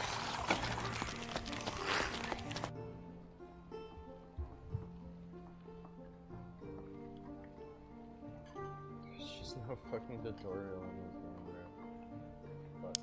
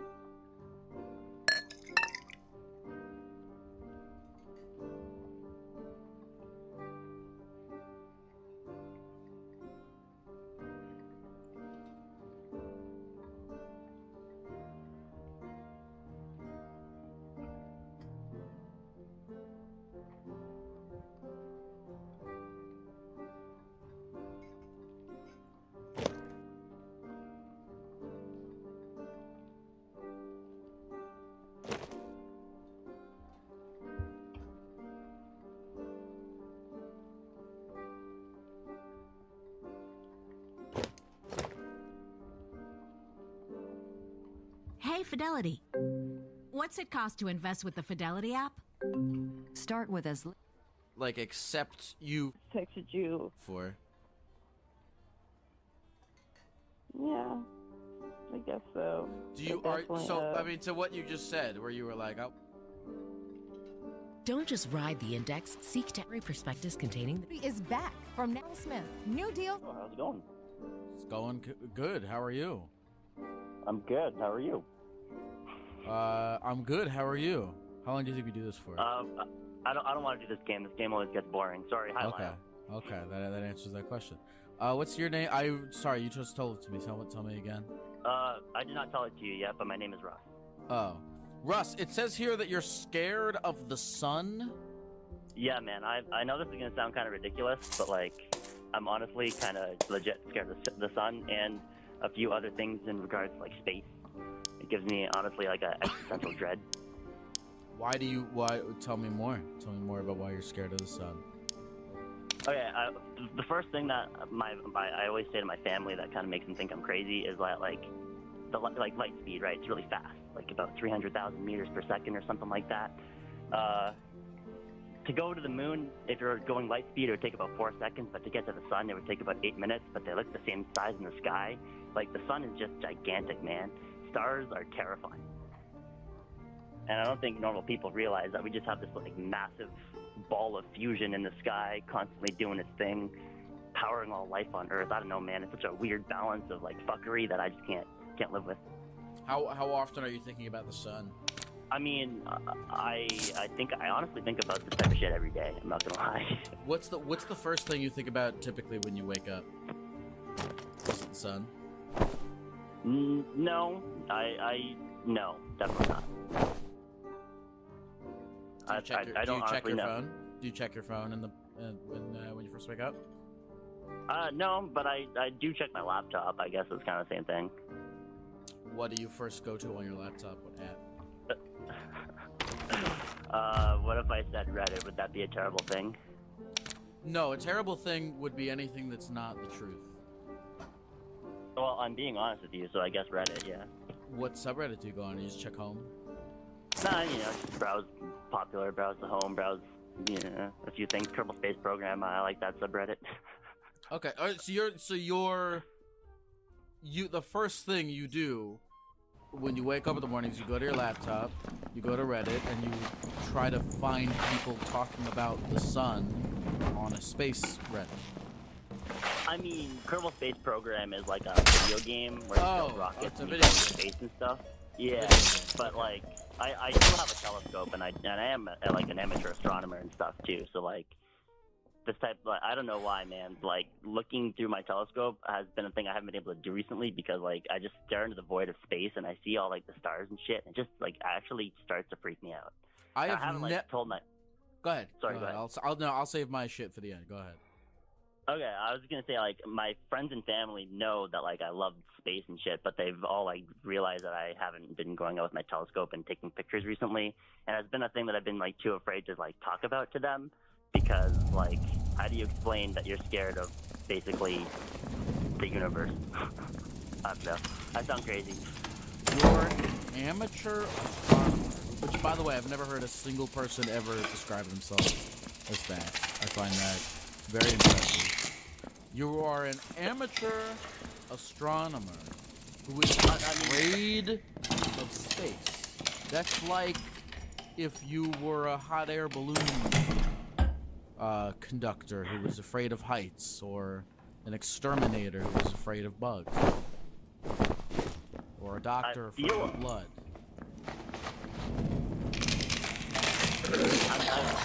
Yeah, but I don't get paid to like look at the stars or anything, though, right? No, but it's not about money. This is what you do. You're an amateur. You describe yourself. No, you describe yourself as an amateur astronomer. It's not a normal thing that people say about themselves. This is what you do. From what I'm hearing, from what you're telling me, this is what I you think do. you're maybe putting too much weight onto the two words that like use telescopes and like do research on that and take pictures amateurs. Okay. And stuff like Well, that. on a scale, I don't- well, okay. Well, are you an amateur astronomer, or are you a guy who owns a telescope? Either one is the same, because it's like saying a musician is someone that can own a guitar, right? And plays the guitar. Man, I'm really sad now. Wow, sorry, you disappointed you a lot? Yeah, you disappointed me a lot. I thought you were an amateur astronomer. No, I don't break down like numbers and do calculations and like all that type of stuff. But like I would when you go onto like the subreddits, everyone talks about how they're amateur astronomers and they just like take pictures of stuff. I don't know, that's what I thought they were called. So, at some point, there was a little stretch of time where you were really into space, but not yet. What is that? Excitement, I guess. Like I'm like every kid that had a chance, you know, like taking pictures of like I don't know any names right now, man. I'm kind of nervous. I'm sorry. Some of the terminology is escaping my brain, but like I would take pictures of like I know that Andromeda Galaxy is a great one, for example. It's one of the most famous ones. Some of the nebulas. I don't know. I was get excited about looking at the stars and looking at the moon and things like that. But over time, it just started like creeping up on me, like the distances between these things and the sizes of these things, and compared to me, like I'm just so fucking tiny. Dude, you're nothing. You're nothing. You're nothing. We're like a tiny speck, man, floating on another tiny speck in the grand scheme of the universe. And like I think I just spent too much time thinking about it. Like imagine how small our brains are. We are nothing. We are tiny, insignificant little bugs. And if a giant thing wanted to come down here and kill us all, he would be well within his right to do that, because whatever it would be bigger and smarter. As much as we're well within our right to kill a little ant. You know, that's so much we suck. You know, nothing. I just think that like I feel as a human and being brought up in modern society, I feel like more humans need to kind of have kind of a similar feeling to me, because I think it's I'm not trying to say I'm anything special or like smart or anything, but like I think well you hold on hold on. You described yourself as an amateur astrologist. Astronomer. Okay. Astronomer, astrologist, or whatever, but you did that, and you need to accept the fact that you did that. Anyway, go ahead. Sorry, I'm sorry. Okay, I'm sorry. I didn't mean to mislead. I didn't mean to mislead with I forgive you. I forgive you. It's okay. Thank you. I'm sorry. I kind of lost what I was gonna say. I don't remember. You were. Here's what you were trying to say, that everyone else should be as afraid of space as you are. That's what you were saying. Why do you feel that? Because it's very much humbled me in my day-to-day life, and not being so worried about the small things, like yeah. Just puked on the floor, like I'm not gonna get like upset that I have to clean up puke or something like that, you know? Yeah, it's what's his name? God, Carl Sagan? No, it wasn't him. Did Carl Sagan do this, or did he just talk about it? Or it's the pale blue dot. That photo. I'm pretty sure, yeah. I think it's Carl Sagan, yeah. Yeah. Who cares? But there's a famous picture of a it's like a telescope that was taken super far away, and took a picture of the Earth. And the Earth looks like a little pale blue dot. You get to look at it and go, damn. You know, that girl not texting me back is nothing. You know. Yeah, I think it was like Voyager 1 or Voyager 2. That's why Carl Sagan wanted them to take the pictures, because a girl wasn't texting him back, and he wanted to just realize how insignificant that was. That's why he took the picture. I don't know if he took the picture, or if he asked someone to take it, or if he didn't do anything. What were you gonna say? I was gonna ask if you knew that they took pictures of all the planets in the solar system, like the major ones. Like at one point in time? No, with the pale blue dot, like in the same. It was like a panoramic type thing. No, I'm not an amateur. I'm not an amateur astrologist. So, are you? What was I gonna ask you? Oh, okay. I want to hear more about how this has humbled you. I want to hear more about How do you live your life differently now that you've internalized that you don't matter in the grand scheme of the planets? That is a very loaded question. I think that it's made me honestly more reclusive, and it's made anxiety worse. And even though I think that at the same time people should have like a similar feeling to me about being tiny, I think I go overboard on that and just think about it all the time. So like, the way it's affected my life, it's been, I guess, not very good. It's been a negative. Okay, so you're you came to the right conclusion, which is that you don't matter and you're instant. That's true. It's really a true thing. But you're using that information in the wrong way. You're using it to be anxious. Well, tell me why does that make you anxious that you don't matter? Not so much that I don't matter, it's just that like I'm at the whim of the universe, you know, like whatever, like just as like stars and planets form and galaxies form just like through physics, and life has formed, in my opinion. I'm not a religious person, through physics, and if God created physics, then God, whatever, you know, like, I don't want to get in that right now anyways, but like I am just as natural as the planets around me and like the atoms around me, in my opinion, because I'm also atoms. So like I just fundamentally feel as if I, like, just as the universe got created, I could just be destroyed in an instant, or like something else could happen. And I feel like I'm being a squishy meat sack is part of my fear in the whole existential system of like planets and systems. Like, I don't know, meat sack, and like I don't know how to describe it. It's kind of immense. I mean, it's like a fear of not being in control. Yeah, like I'm just so small and human. So that's it. You've come to the realization of your own fragility. It's scary. Yes, I guess so. At the end of it, it's like I'm so fragile. You're so fragile. Yeah, so fragile. And it terrifies me because like anything could happen. Like anything, and I like literally. And I'm actually afraid of death. But why not look at it in a more positive way? As like, well, I'm fragile, but so is everyone around me.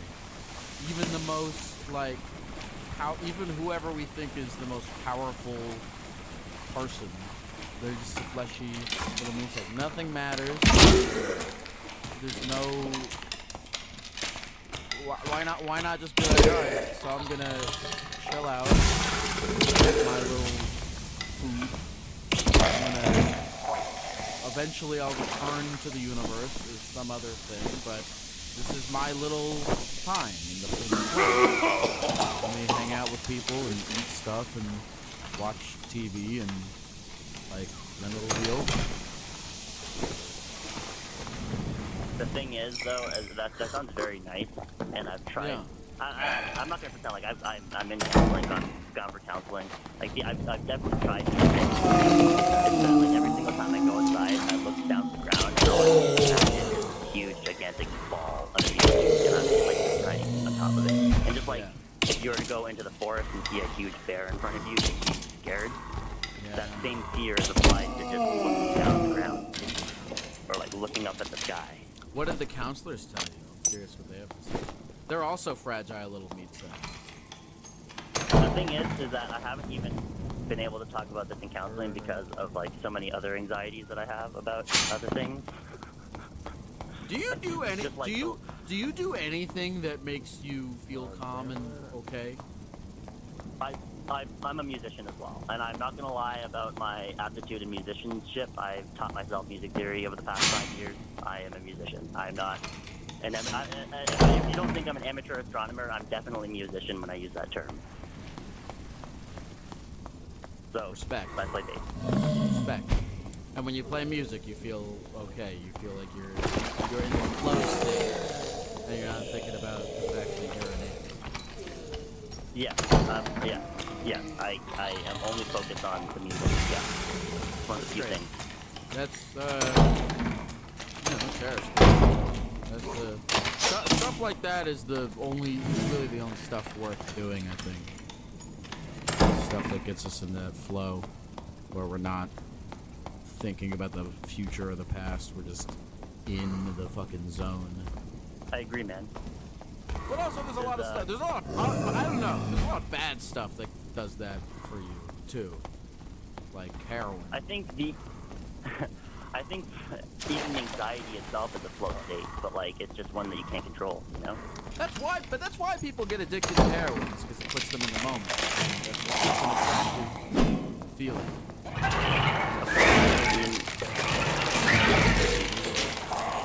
Sometimes at the same time. Favorite planet? My favorite planet? I guess I would say Jupiter, honestly, man. I love Jupiter. Why Jupiter? Alright, so you're terrified of Earth, but Jupiter's like, dude, isn't that crazy? Think about how big this thing is.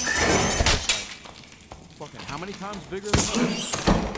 That's what I'm saying about the sun, man. It's crazy. Like, and yeah. And you look at the moon's tinier than the Earth, right? And the sun and the moon look the same size in the sky, even though, like, the sun is, like, I don't know how many times further away. Like, it's so much bigger. And that's why I'm terrified. Like, it's ridiculous. Think about how small extra large McDonald's fry is. It's like, it's so tiny. Like the super size extra large McDonald's fries, you are getting nothing. Like, are you talking about in the grand scale of the universe? In the grand scale of the universe, you're literally getting nothing. Compared to Jupiter, it's so small. Do you think that Subway should advertise their next sub as closer to the size of planets and the size of atoms? Because technically, I think even though we are very small, we're still like closer to the size of a planet than Get the the size fuck of an out. atom. No, you're wrong. No way. Are you serious? Is that true? I think so. That's Is a something $5 footlong? I don't know if they still do that. Is a footlong sandwich at Subway? I know they still don't do that. I go to Subway. I like Subway. Is a foot-long sandwich at Subway closer to the size of the Earth than the size of a single atom? Is that true? Honestly, I feel like that was something maybe I pulled out of my ass, but I'm curious now. I'm curious. I feel like it's true. I feel like it's true. Someone in the comments section can answer this question for us. And comment section or chat, if I'm totally wrong, you just can ream my ass and tell me I'm stupid, because that's how it is. Yes. Ream the amateur astrologer. Astronomer. I keep saying astrologer. I don't think that's okay. I don't know if that's a word. I mean astronomer. Astrology is like star signs. Like I'm a Pisces or whatever. I think I don't even know what astrology is. What's your star sign? I honestly I don't follow that stuff. I don't know. I don't believe in astrology. I believe in astronomy. So I don't follow any of that stuff. I'm sorry. Are you in a relationship of any kind? No, unfortunately not. What do your friends and family think about how terrified you are of the sun? So I haven't like expressed my like total anxiety about it, but like they know I have some like existential dread, but like not so specific about like the scale of the universe and planets. But they've all been pretty supportive. It's just it's been difficult to like go outside every day, and I'm not even joking. Like I know that might sound like an overstatement, but like sometimes it's hard to go outside. So it's been difficult to actually form a bunch of relationships. I only have like a few friends, and most of them I only communicate nowadays through the internet. So it's difficult. Brother, what's your name again? My name's Russ. Russ. You're a good guy, Russ. I mean, I mean that you seem like you have what I would call a respect for life. I met my husband You through have this a respect game. for life. Respect for life. You have a respect for life, and you seem like a cool guy. Doing your music thing, looking through your telescope, doing your amateur astronomy. Hang in there. Try your best to not have an existential crisis next time you look at grass. Why not? Like next time you look at grass, instead of having an existential Fuck crisis. them up, boys. Fuck them up. Fuck up. You can make that decision. It's honestly why that now that you say that, like the past like couple weeks, it's been really nice weather. I've been sitting outside a little bit more, and I've been looking at like butterflies and like caterpillars and shit, and like it's honestly been blowing my mind a little bit because I've been spending so much time inside looking at like TV screens and shit for the past like 2 years or so, I'd say. And it's like looking at grass and looking at trees and looking at like insects. It's just such a beautiful experience. I'm not gonna lie. Dude, my final message to all the people at home, if I could say one thing, get off your computer and go outside and move the bugs. I agree. You're gonna. I know how at the end of every phone call you ask like people their last thing, but I don't even need to say last thing. I agree with you, man. That's the last thing I would say. Bro, we're friends. Good night, Russ. We're third. Have a good night, Lyle. Thank you. This is crazy. Yes, sir. Well, I was at my desk, and there was an ant. I didn't think about it. I felt bad. I'll think about the stuff that me and Russ were talking about, and it's like, that ant, there's really no other motherfucker comparatively as big as I am. Good luck, boys. Like, there's not that much difference between me and the ant. And I killed it because... for no reason, really. I mean, if the ant was like another person, I probably wouldn't... I mean, if there's an intruder in my home, I guess I would have... I mean, I don't know if I would have killed them. But it's an ant. Why would you... I don't know. I'm going to try to kill less ants. Has anyone ever played the Ant Bully video game? That's like Grand Theft Auto, but instead of killing people, you kill ants. Alright, that's it for my post-call thoughts. Attention listeners of the Therapy Gecko podcast. Did you know that I do a live version of this podcast on stage, in person, in front of real people, and that I'm doing this live in several cities across the United States this year, and that tickets are available right now at therapygeckotour.com or at the link in the episode description? It is all true.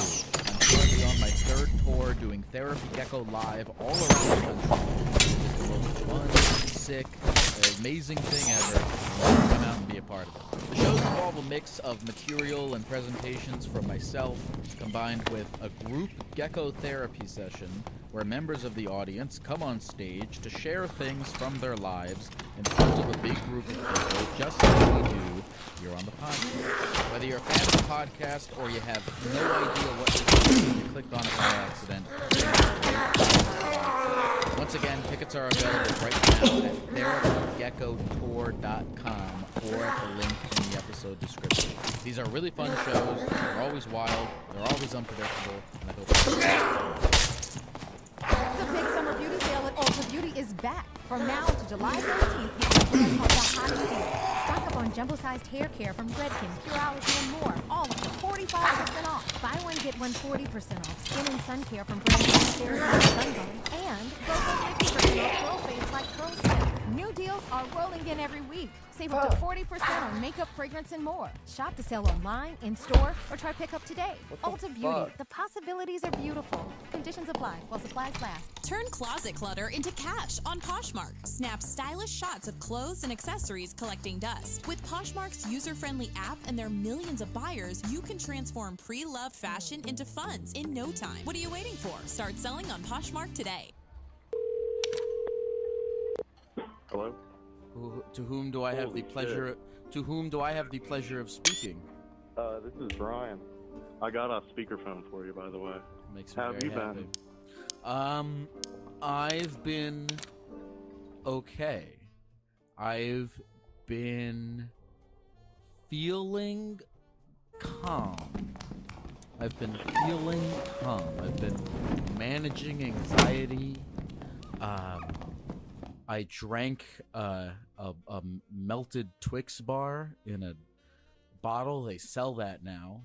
That was my blunder of the day, but I did do that, and I'm glad I did, just so that it's one of those things where you walk. There's a little place I go to every day for the past. I've been going there every day for a week, and every time I go in there, I pass by the liquefied Twix in a bottle.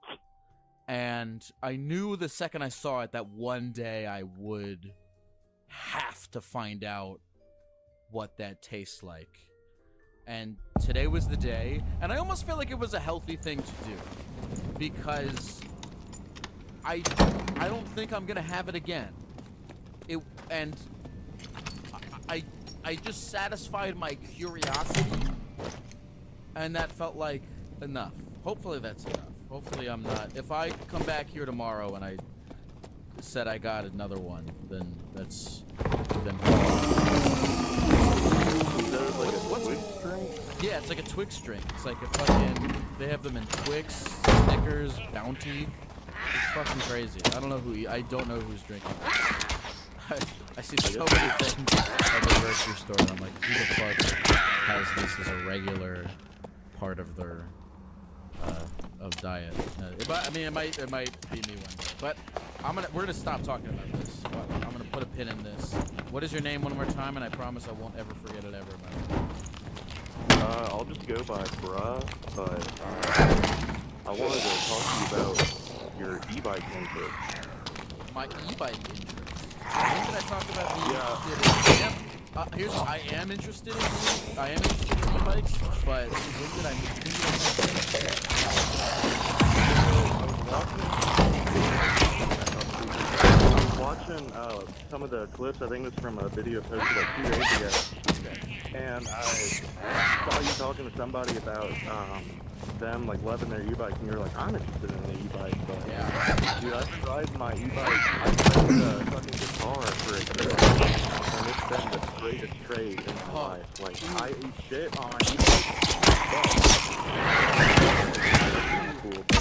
Ooh, okay, hold on. Let's stop right there, because I am very interested in e-bikes. I just moved to New York. In trying to get around with e-bike now, so I've been looking into those. But the one issue I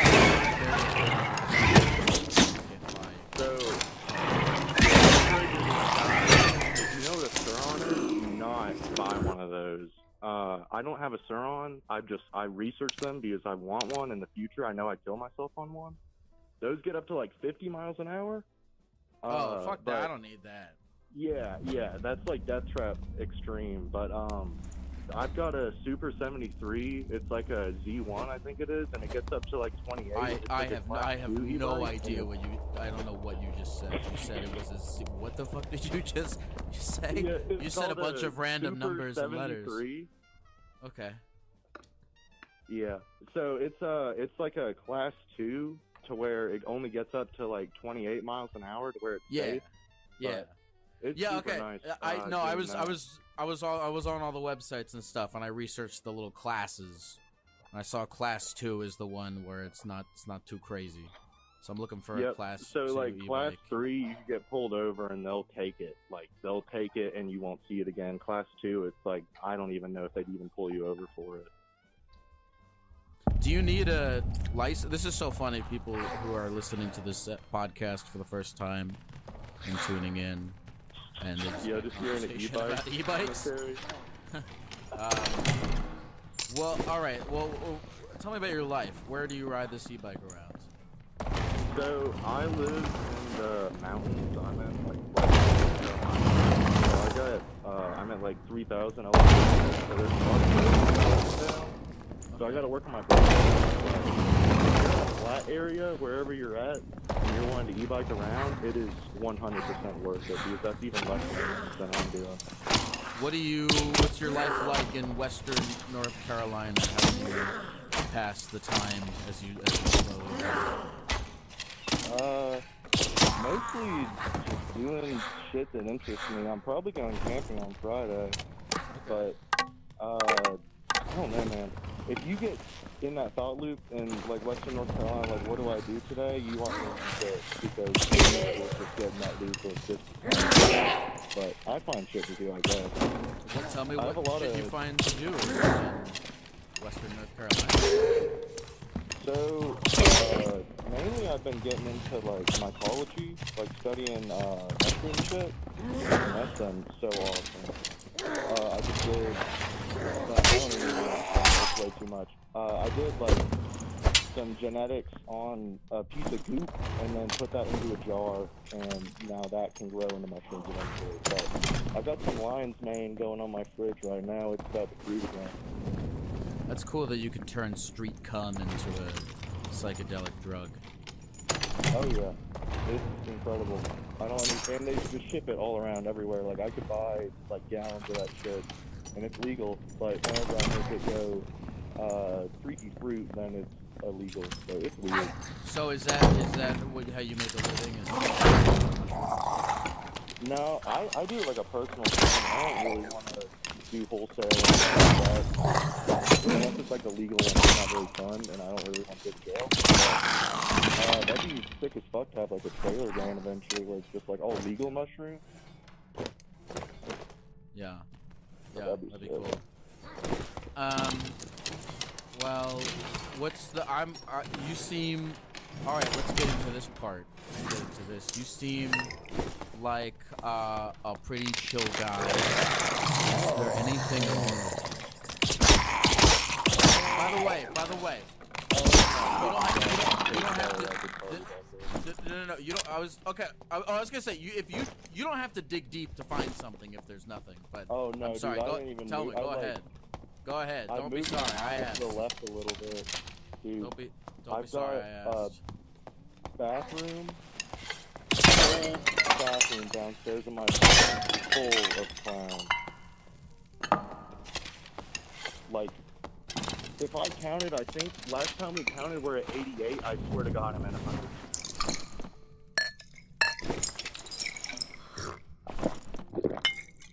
Yeah, let's chat like in that. Yeah. Oh yeah.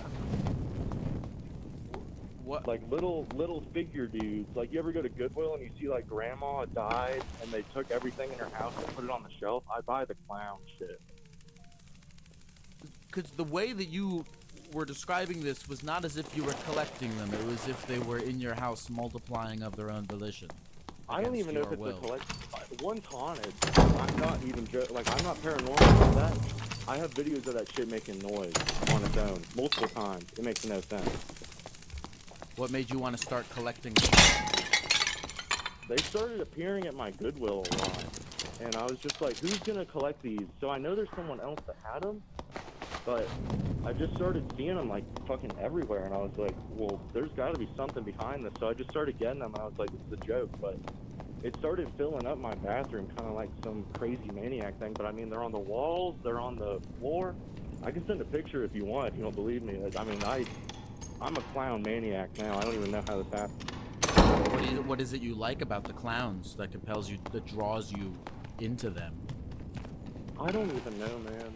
I was looking at them today, like just staring at the wall, because there's one picture on the wall where it's just like a ton of clowns and they're looking at you. But I was just kind of looking at it and thinking, they're looking at me like I'm the clown, but they're the clown on the wall. I don't know. I feel like there's supposed to be some kind of deep thing with all this clown shit, and that's what a lot of people expect. But I swear to God, I don't even know why I started collecting it. It was just like, oh, there's that. Well, there's another one. Oh, tell me more. Tell me more what you mean when you say that they look at you as though you I don't know. Like, I just feel like that's what they're trying to say, is they look like I'm looking at the one, it's above the toilet. I try to face them to where they're all looking at you. Like if I've had a friend come over and take a shit, like they're all looking at you while you're taking a shit.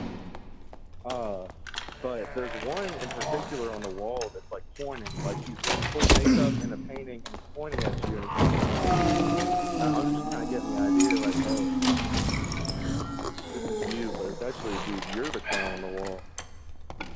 Do you ever feel like a clown? Sometimes. It's been getting better though. It's like What are the times in which you feel like a clown? I don't even know. I guess whenever I'm in the clown bathroom. Gotta blend in. Are you, so you believe that these clown, sorry, my throat it's covered in Twix. You believe that you're in danger of some kind? Do you believe you're in danger? I don't think so. Do you believe in haunted things? I don't believe in them until it like looked at me straight in the face whenever one was just like one of them's a music box snow globe mix, and it's just sitting like on the ground next to a couple of other ones that look just like it, but like just different music boxes, and that one's just made noises and I haven't fucked with it at all. And I've just gotten home, walked around, and I was like, what the hell is that? It's like, just hearing it slightly playing. I opened the bathroom door, and it's just singing at me. I'm freaking out, but I don't know. Do you? No, I have a roommate. What do they think of the clowns? It's not like anything for the clowns. It was like the first time I saw her. Yeah, she was like, you have some deep psychological issues, and I was thinking like, no, I just... Do you think you have deeper psychological issues that just got the clowns? Maybe, but they're so deep they're not showing themselves. You want to dig it out for me? Yeah, I can try to do that. Well, I asked you if there was anything wrong. You actually live a pretty beautiful existence in Western North Carolina. I like your life. I think your life likes you. Dude, I'm so excited to meet you. I'm seeing you. I think it's in September or October. Whenever you're coming to Charlotte, cool. North Carolina. Oh yeah. I'm coming to Charlotte. Fuck yeah! Now when you see me, you can be like, I'm the guy with the clown bathroom. And, that's what the dream was. Like I'm gonna wake up in a second, but. Well, that's so fucking crazy. What do you do? How do you make money? How do you live? I work on computers at my job, so like I fix like MacBooks and shit. You have a girlfriend? Yep. How'd you guys meet? I met her kind of after high school because I was talking to her while I was talking to the girl that I was dating before, but I just thought that I'd just be friendly with her. And then eventually I just saw that she was a lot of green flags and not many red flags, so I just started dating her. But it's been 2 years now, and it's been amazing. I mean, dude, she shade me a fucking clown, if that tells you anything. That's how deep she is in this. Very nice. Oh, so she's supportive of the clown. Oh, yeah. I mean, there's no lie.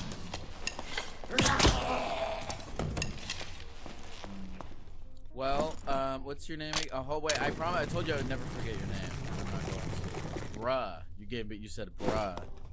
But Yes, I think sir. before that you said Brian or Bryant. Yes, sir. Okay. Well, Bryant, I don't know. I actually think you might be the person who might never say the clowns are keeping you sane. I wouldn't. I really mean this, Brian. I wouldn't touch a single variable. Like you're Rubik's Cube right now, and part of that solved. What are y'all doing in VC at fucking 8 in the morning? In your bathroom. And so don't touch anything. Oh really? Keep Write that on the wall. How far? Right what on the wall? 5:30. Dude, I think I'm gonna start streaming Valorant on my Smurf account. I named it Turn 2 Grand. I know if you washed your hands or not. You sharing Dark? Hold on. Another one says, Oh shit, fire. he came over and Okay, I thought you were gonna be like they wrote them themselves during the night. yeah, that'd be great. Yeah, one of them says, the second one says, I say busting and gushing, and the third one says you, like at the toilet while you're taking piss, and says, maybe it is. Nothing wrong with that. There's nothing wrong with it. Brian, is there anything you want to say to the people of the computer before we go? I love you. It's really sweet of you to say that.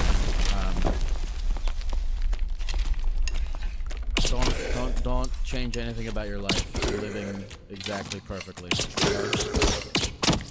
Thank you, Bob. Bye, Brian. I'll see you soon. See ya. The big summer beauty sale at Ulta Beauty is back. From now until July 13th, get your hands on the hottest deals. Stack up on jumbo-sized hair care from Redken, Pureology, and more. All up to 45% off. Buy one, get one 40% off. Skin and sun care from brands like CeraVe and Sunbum. And BOGO 50% off curl faves like Curlsmith. New deals are rolling in every week. Save up to 40% on makeup, fragrance, and more. Shop the sale online, in-store, or try pickup today. Ulta Beauty. The possibilities are beautiful. Supply while supplies last. I've been at it for ages. Ugh, such a time suck, right? Not really. I bought it on Carvana. Super convenient. Oh, then comes all the financing, research, am I right? Well, you can, but I got pre-qualified for a Carvana auto loan in like 2 minutes. Yeah, but then all the number crunching and terms, right? Nope. I saw real numbers as I shopped, found my dream car, and got it in a couple of days. Wait, like you already have it? Yep. Go to Carvana.com to finance your car the convenient way.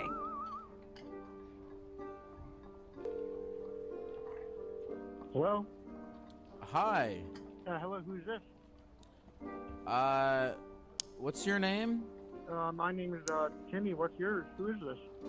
My name is Lyle. Oh, this is the Gecko. Wow. It's Hello. Lyle the Gecko. What's up, Timmy? Like Timmy Turner. Timmy was an average kid. What a sad, first line of a song. Timmy was an average kid that no one could understand. It's crazy. Isn't that like, that's like a contradiction? Being, like, how can you be both an average person but also be someone that no one can understand? You know what I mean? Are they trying to... Yeah, no, I get it. But how? Yeah. How do you get it? Because it's directly comparable. Because if somebody's really average, you would think like they're average. That means that they have so much in common with they experience the average person's experience, and thus they would be easy to understand. But how in this situation you're both easy, you're both difficult to understand and average, which doesn't make sense. Timmy, what's up? How's life? What are you doing? What's up? What's going on? My life. So, my life is doing great actually now. Up until very recently, started this year, I was massively suicidal. But I had ketamine therapy, intravenous therapy. And I'm doing just great. Ooh, okay. Awesome Slow your roll real quick. So you did ketamine. I had a buddy of mine do ketamine therapy, and he told me it was like a life-changing, it like restored his will to live type of shit. And I thought that was incredible because I've never done. I've kind of pussyfooted. Back when I was in college in the universe of like antidepressants, but I haven't dove back into anything like that recently. Tell me about your ketamine therapy experience. Sure. So just a little bit of history on me. I had an undiagnosed major depressive disorder from high school onward. When I got on to college, I became massively depressed, suicidal in fact. Remained that way for about 6 years. Tried all kinds of antidepressants, exceeded the FDA recommended outpatient dosage on one by 33%, something like that. So, I've been through the ringer, and therapists were useless. I had taken multiple, I'd experimented with drugs, taken multiple psychedelic drugs, DMT, LSD, you name it. I mean, I was like, oh, yay, life is cool, but didn't really help me. Then I, just recently my parents found ketamine therapy for me, and that did the trick. I'm no longer suicidal at all. I no longer consider myself. I do still take a daily antidepressant. Let me get that out there, but it really only mildly helps. I was very depressed and a bit anxious. I now no longer consider myself either one of those things. Wow, that's fascinating. So here's what I want to know. Well, actually, my main curiosity, I'll get to that, but what did you actually do? How long did you do the treatment for? What was it like? Right. So the initial treatment was across 2 weeks, 6 treatments. It was intravenous ketamine therapy. So you go into their office, inpatient, They have medical professionals there to make sure you don't die. They get you hooked up to all these different vitals, and then they say, okay, we're going to stick a needle in you, and then an IV drip, and basically for 40 minutes you are given intravenous ketamine, about a dosage per weight, and they would generally bring it up if they thought you benefit from it. You kind of trip for 40 minutes, then you have about 20 minutes of kind of cool down, basically just kind of being less nauseous, giving anti-nausea drugs too. And then you're out in like an hour and a half, less than 2 hours. You can't drive yourself there and back, you're all loopy after. But so that initial treatment I think really changed my life for me. Now the effects of ketamine are like antidepressants, they're transient, so the effects wear off after some time. I currently get boosters every 8 weeks, but I've never had any major depressive symptoms in the meantime. But so wait a minute. So slow down real quick. So you did this one intravenous session, and that was it? Did you do any other intravenous sessions? Yes, I started with 6 across 2 weeks. Six across the course of 2 weeks, or 2 weeks, 6, and then 2 weeks, and then wow, 6 across the course of 2 weeks. That's intensive. Yes. Yeah, it was. It was great though. I only had one bad trip, and but I recovered from it on the next one. So you did 6. You did 6. You did 6 across 2 weeks, and then a booster every 8 weeks after that. Yes. And I do still take a daily antidepressant though. And how long is it a thing where it's like 6 across 2 weeks and then you're done, or do you go back? So you could be done after. Some people do it 6 across 2 weeks, and ketamine doesn't work for everybody, but some people, they take it and they're done after their first 6 sessions. Wow. Some people do finish. Wow. Now for me, I had the, basically, honestly, the resources to continue to do it. I enjoy drugs, so I like doing it. It helps me mentally.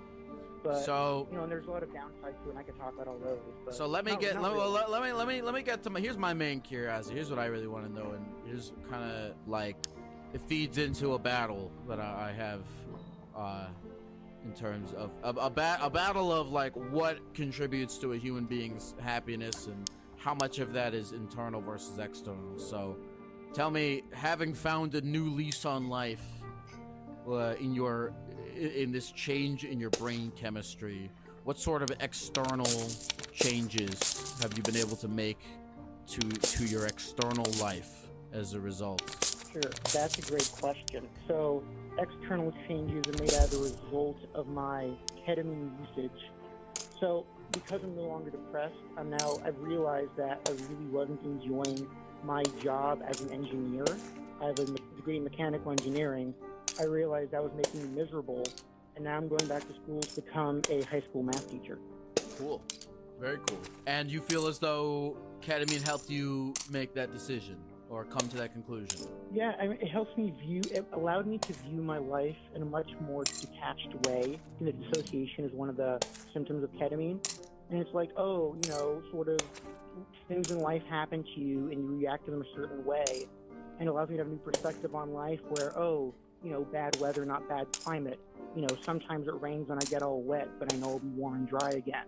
But the difference is I no longer have the permanent clouds over my head like Eeyore that never seem to part, And what other external changes? What about relationships, things like that? I have made an effort to make more friends. I definitely believe that when I was at my lowest, I didn't have any friends. Now I have friends and a support network, and that really helps too. Mm-hmm. Has it helped you be better in your existing relationships or find new ones? I would say it has helped. I don't know if I'd say it's helped me find new ones. I think it's gotten me more proactive in trying to make myself more available to meet new people. But I'd say my relationship is definitely healthier with my whole family, because it used to be several times a week I'd call my mom or my dad and say, hey, I want to kill myself. I think about this all the time, every day. Help me, more or less. And, they can't do anything because they're, several states away. And now we actually get to talk about fun stuff because they're not constantly worried, am I going to off myself? Cool. That's cool. Man, What a crazy fucking time we live in. I wonder, I really do wonder like what the statistics are on like depression and anxiety like 100 years ago. Like, cause I don't know, back then it was like everyone just worked out in, I'm so stupid. Everyone like worked in fields and shit and fucking factories. And it's like when you're assembling bottles of toothpaste, like, do you even have time to be depressed, or are you more depressed? I don't know. But we live in a crazy time where you can fucking take some ketamine and make your life better. Which, by the way, I guess I'm a fan of. I mean, we use a lot of modern medicine to make our physical bodies and minds better. So, you know, go crazy. Take all the cocaine and ketamine you want. Well, that's careful though, because cocaine and ketamine are not the same. I know. Timmy. I was joking. I was just joking. No, it's fine. No, but to people at home, ketamine can be addictive. Don't source it yourself and do it yourself, because it's what killed Matthew Perry. So be careful out there. Don't be like, oh, I should go out and do a bunch of ketamine. No, it's addictive and it can kill you. Oh, yes. Oh, yeah. You know what? Yes. Yeah. No, Timmy, you're right. Fucking yes. A disclaimer for the folks at home. Timmy is talking about medically induced ketamine therapy. He didn't buy it from a guy in an alleyway and now he's cured. So if you're gonna do this shit, if you listen to this call and you're like, oh fuck. Yeah, because my buddy was telling me about ketamine therapy, and I was like, "Oh fuck, I should give that a try." So if you hear this and you're like, "Oh fuck, I should give that a try," don't text a guy on WhatsApp about it. Call a fucking doctor. Before we go, Timmy, what's your dream? What's next? What are you gonna achieve with your life now that you don't want to kill yourself? Right. So my most realistic dream is that I'm gonna go ahead and be a high school math teacher, maybe on to community college for the next 30, 40 years. There's some other spicier stuff. We don't have to get into that though. Spicier. So what kind of? I mean, by the way, that was quite a bait that you just pulled right there. There's some spicier stuff, but we don't have to get into it. Right. Yeah, no, it's more or less political. I'm very upset with the current political network, and I'm like, oh, I want to go out and try to fix that, but I don't know if your show needs to dive into the political stuff. But I'm very passionate, so you might be hearing more from me and about me in like 10 years, but we'll see. That'd be so crazy if you were the president in 10 years, and then this phone call makes its way around the internet, and it's just me. In the video version of this, I'm shirtless. I hope you become president so that this clip can go viral and everyone can, I guess, see what my shoulders look like. Timmy, is there anything else you want to say to the people of the... Oh, go ahead. No, sorry, yeah, to people at home, be kind. To you, Geck, I didn't pop into the stream, but there's some people in my life who've been having some, difficulties right now with self-worth. And I just want to make sure that you, Geck, were very aware that you had a positive impact on many different people, and no matter if anyone ever says anything mean to you or about you, you should definitely take that with a grain of salt, because you're gonna focus on the negative a lot more than the positive. So you realize how much you've helped me and other people. Thank you, Timmy. That's really, really, really nice of you to say. I'm gonna try to take that into account and not hate myself. That is very, very kind of you, Tim. I appreciate you, man. Yeah, well, I mean, if you hate yourself, you're in a small company, because I don't think a lot of people hate you. Thanks, man. So. Thanks, man. Thank you very much, Timmy. Timmy, congratulations, man. Congratulations on a new lease on life. I know there's a lot of people out there who are like, oh God, is this it? Is this life? If this is life, then I don't know.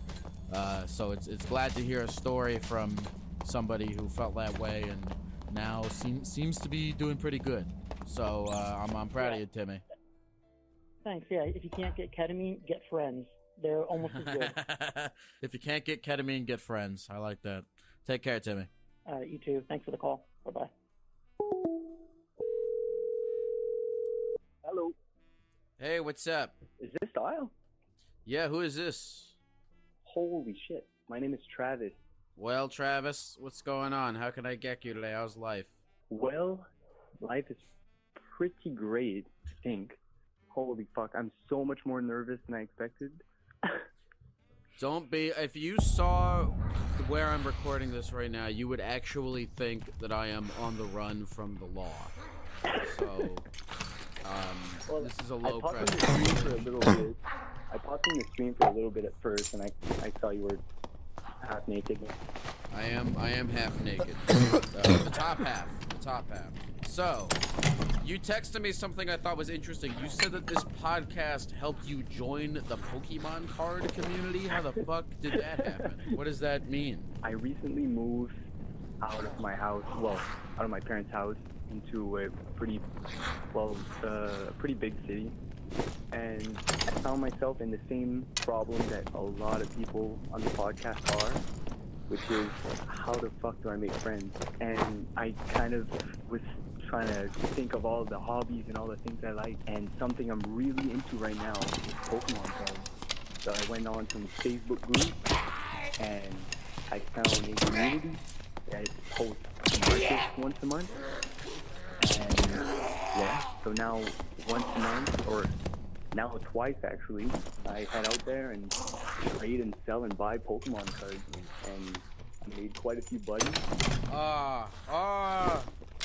That's fucking awesome. That's so Yeah. sick. I love that. I hear a lot of people really saying it a lot on the podcast, because I've been listening to them at work, and yeah, I was like, fuck, I gotta do something about this. I can't just sit at home, play video games, and wonder why I'm not going out, or where's all the people at. Bro, I love that. I think that's awesome. I think that's fucking awesome. Because that's what you need. Is to be a part of some kind of community of people doing Right. some shit. And it could be anything. Right. Yeah, well, that's what you've been repeating, right? If there's not already a community, then to create one.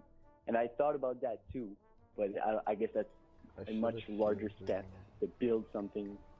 But Yeah, why don't you host tournaments? yeah, so I don't even play the game. Funny enough, I never even tried.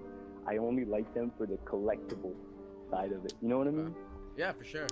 Well, I mean, you could host, I don't know, galleries, I guess.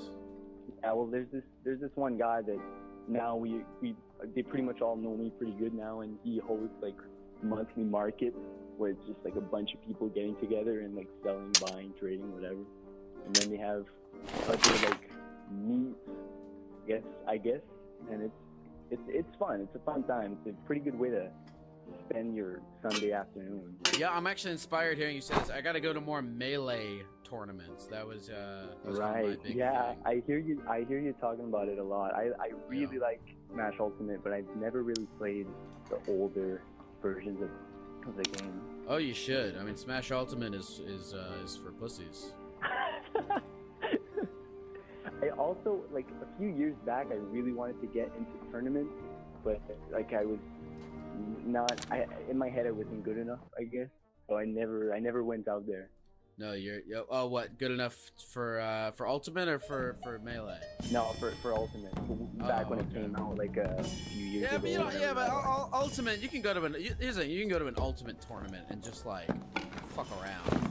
You know what I mean? You can't go to a Melee tournament and fuck around because it won't be fun. You won't like be able to play. Because what people playing Melee are extremely serious about it. Is that what you're saying?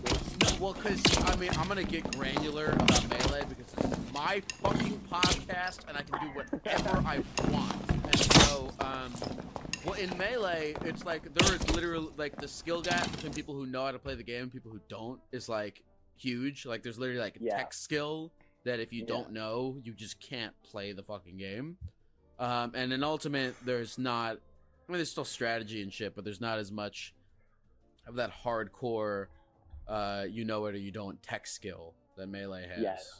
But you can, I mean, whatever. You can go, you can show up, you can jump around as Kirby, you can have a good time. Yeah, for sure. Well, Like, I'm happy to hear that you made some friends, bro. This is great. This is so cool. I'm inspired by this. I gotta take my own advice. I gotta run out. I gotta do something. Who knows? And there's a bunch of other things that I want to do that, like, not only you, but people on the podcast that inspired me to.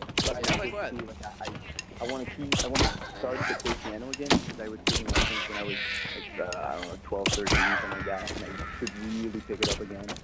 And I really want to go play badminton again, because I had a good thing going where I was tournament, and again, you make a bunch of buddies, and you know, it's a community. So that was also pretty cool. After COVID, it kind of died down. I ended up doing it again, but now that I'm in the city, it's much easier. There's people everywhere willing to do anything, I guess. Well, what's your name again, Cowboy? Travis? That's right. You remember. Who's your favorite Pokemon? My favorite Pokemon. I really like Noivern. Are you into Pokemon at all? Like, do you know Pokemon? Dude, what the fuck is Noivern? It's like a bat with ears, and it like kind of detects noise or something. I think it's pretty cool. It's like a dragon bat.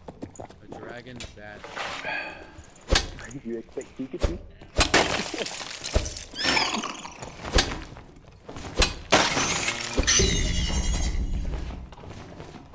I guess, I don't know. I mean, last time I looked into Pokemon, they were doing fucking, like, they were making chairs in the Pokemon.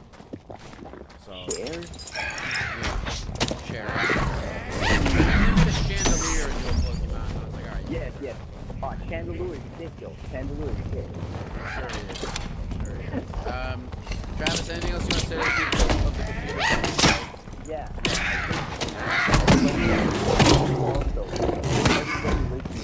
Everybody have a more positive mindset when going out there.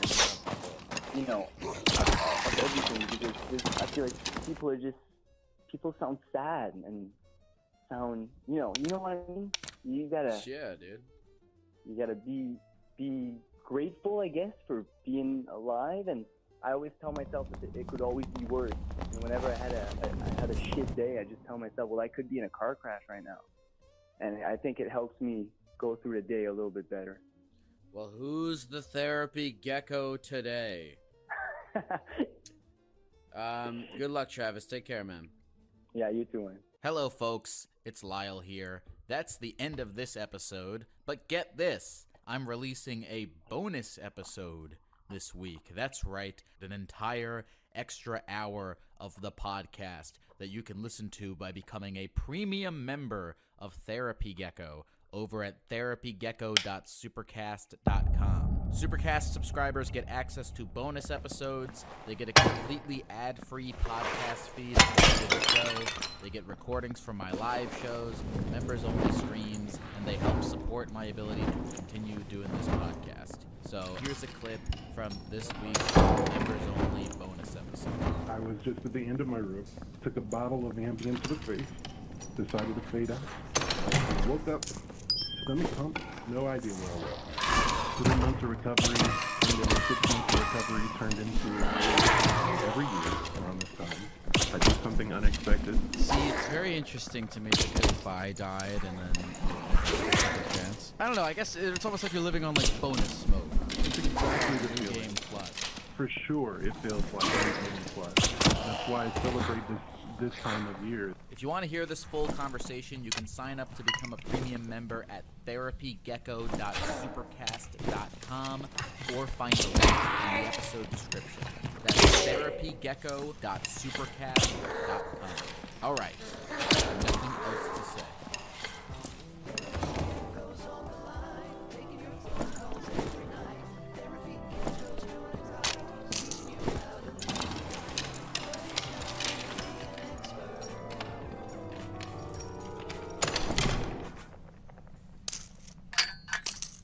The big summer beauty sale at Ulta Beauty is back. From now until July 13th, get your hands on the hottest deals. Stock up on jumbo-sized hair care from Redken, Pureology, and more, all up to 45% off. Buy one, get one 40% off skin and sun care from brands like CeraVe and Sunbum, and BOGO 50% off curl faves like Curlsmith. New deals are rolling in every week. Save up to 40% on makeup, fragrance, and more. Shop to sell online, in-store, or try pickup today. Ulta Beauty. The possibilities are beautiful. Conditions apply while supplies last. Hey folks, this episode is sponsored by BetterHelp.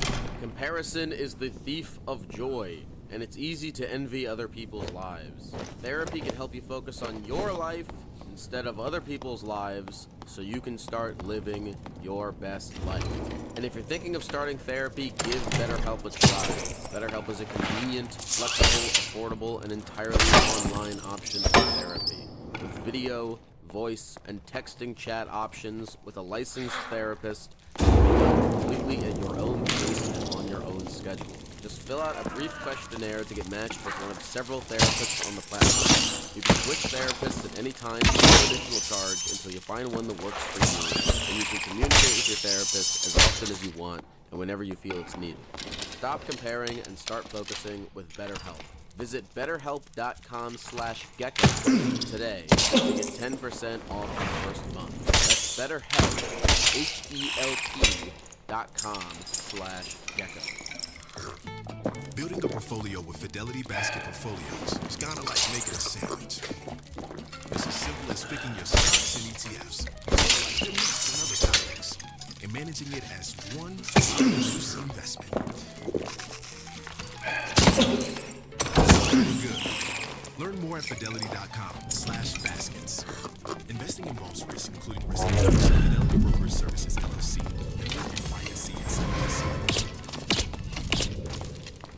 Turn closet clutter into cash on Poshmark. Snap stylish shots of clothes and accessories collecting dust. With Poshmark's user-friendly app and their millions of buyers, you can transform pre-loved fashion into funds in no time. What are you waiting for? Start selling on Poshmark today.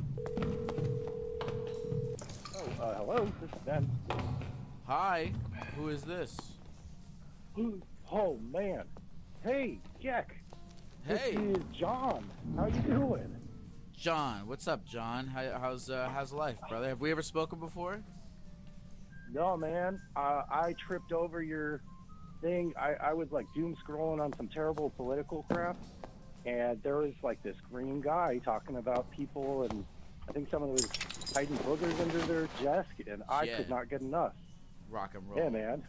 Rock and roll. Bro. Rock and roll. Honored. Legit, I'll tell you, honored. man. Yeah, go ahead. I was just gonna say, I have been spiraling on like trying to like help people and give them advice. And one of the big things that I'm telling everybody is like, dude, you got this problem, you should go to therapy. I've never gone to therapy, and I've been listening to you constantly say, well, I'm a good dude in a green whatever. Maybe you could talk to someone who actually gets into this more. And I think that's a great point. So I've been doing therapy for the past like 3 months, and it has been bomb-ass great. Really? I'm so happy, dude. Yeah. Oh, dude. that's awesome. How's it been? Yeah. How's it been helpful for you? Well, I think first off, when someone gives you an opportunity to listen to someone, you have rope to start kind of helping yourself. And so when I say something, I'm like, well, I'm a good person. But then I start like listing all the behaviors I have, and it's like, okay, well, I'm kind of compromising my values there. Yeah. It kind of puts a bigger spotlight on it. And I have a therapist who's really good at just like letting me do that. And I'm pretty just talk a million miles an hour anyway. So, dude, the number of times she just kind of says, well, you just said this and this, which one are you? And it's like, well, it's not that I have to choose one necessarily, but I realize I'm a very complex, contradictory person, and not necessarily in a bad way. And it says here you're 41 years old. Is this your first time doing therapy in all 41 years? Yeah, I had a stint where growing up, I had a lot of problems with depression, and I ended up with, I guess it was a doctor, and they did prescribe me some antidepressants that honestly were very helpful and kind of kick-started me and got me out of my bedroom because I was just laying around in a fetal position all the time. And I thought, well, that cured that. I don't really need to talk about my feelings or my family or, am I in love with my mother or whatever, that weird psychologist crap. And I just kind of plowed ahead. So meanwhile, it seemed like a good idea, and I just have too many fears that I'm going to talk to someone who's going to judge me, or they don't get where I'm from, or they're just going to give me bad advice and, probably doesn't get covered by insurance or blah, blah, blah. It's going to be a waste of time. They're going to make it worse. So I've just kind of been doing self-help books like a mofo for 20 years. And it's fun to read, and a lot of that's very applicable. So, but, man, I mean, well, I'm curious. I guess what are you working on? What are you trying to change?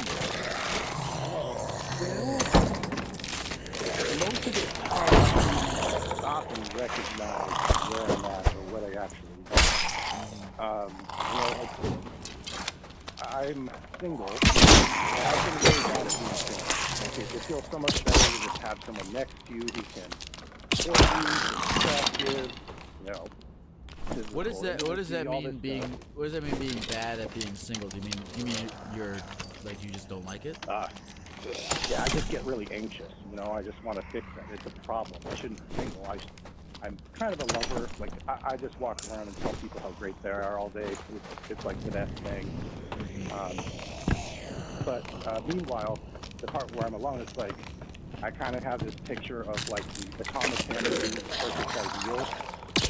That really stood out to me when I got divorced. I had crushed the dream, which I had to ask myself, well, the dream was husband and wife who cheated and were screaming at each other. And it was a terrible house to be in. So choosing, do I want to look like something out of a 70s family poster, or but scream, when everyone leaves? Or do I want to learn how to, have boundaries and have a little bit of self-respect, be alone? And I kind of go, I can be alone, and then I get impatient with it, and I just try and find somebody who makes me feel better about myself. How long have you been single for? Since the divorce, or I don't know if there were anyone in between, but how long have you been single for? Yeah. Days? It's been a journey. Like, my first marriage was 10 years. The second one was 3.5 years, and I've dated a few people since. I think that's the longest I have not dated somebody, and it's been about 5 months now, something like that, give or take. The longest you've not dated somebody since I was married. Okay. How old were you when you started dating the woman you married? This is the first person I ever dated. We were 20. Wow, so, okay. Yeah. And so you I came from it was normal to get married at home for that. Like 21 have kids, be procreating like crazy. What is that root? So my parents were kind of, interestingly enough, not Christian growing up necessarily, but they both became non-denominational Christian, and then they became Southern Baptist, and then they became Mennonite, which are kind of like Amish, but they have cars, they use computers, but they plenty video games or CDs, or that kind of thing. The women wear head coverings and dresses. The men go and do construction work and do simple living kind of thing. I was pretty tempted. I will say simple living takes a lot of the complexities out of your life and gives you a lot more community. But I just not quite Nebraska is not quite my speed or lifestyle. How old were you when you sort of deflected away from that community? So I probably, when I was about 22, so for about 4 years, I wasn't officially a Mennonite, I wasn't in the club, but I wore what they wore, and I kind of followed the rules, and meanwhile, I felt like I wanted to be a little more in the world, Like, they're a little more about kind of living their own life. Not like commune kind of stuff, but they're definitely separated from most society. And I'm more of a people person. So that's kind of where I wanted to go get into child education and counseling, and I ended up doing like an after-school program with kids that lived in Wyoming. Where'd you go right after when you were 22? Well, go ahead. Let me catch up on that. So my family, Mennonites are not like all over the place, so they found a local chapter that was in Nebraska, and like I said, Nebraska wasn't my speed. I ended up moving to Wyoming, which we had lived there a bit before. So I ended up in the middle, and we like to call Wyoming nowhere, and I was literally in the middle of it. So it was just kind of rural area. I lived on an Indian reservation and just kind of hung out with simple folks out there. And what was the deal with your wife? Was she also a Mennonite? And did she come with you to do all this? So she was a nurse. So she was not a Mennonite. And it wasn't like forbidden love or anything. And we kind of had seen each other from across the way, and I don't know. She read, when you're in a rural town and someone reads books, it's kind of like, oh my God, there's like 10 of us. Not to say that rural America is illiterate, but most of my peers were wrestling and playing football and high-fiving and stuff. And I don't know. She was someone who just wanted to talk about her feelings. We had a lot in common that way. And so if everyone else is that different from you and that one person is that much the same, it's like, well, man, we must be like perfect for each other because we both read books. And that was a little silly. And so did she come with you when you left Nebraska? Yeah, we both actually, there was a small junior college in Wyoming, and I worked their IT department, and she, there was a nursing program there. So she actually got to practice and be in the area. She's actually still there. I left and moved to Oregon.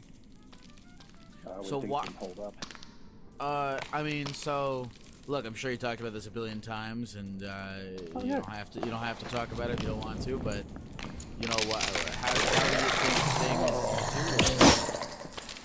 Man, yeah, I appreciate the flexibility of the choice, but I'm very open about it. And if anything else, I actually just talked to someone about this because they also were a Christian who just went through a divorce, and they were sitting there trying to figure out how they were going to take care of their children.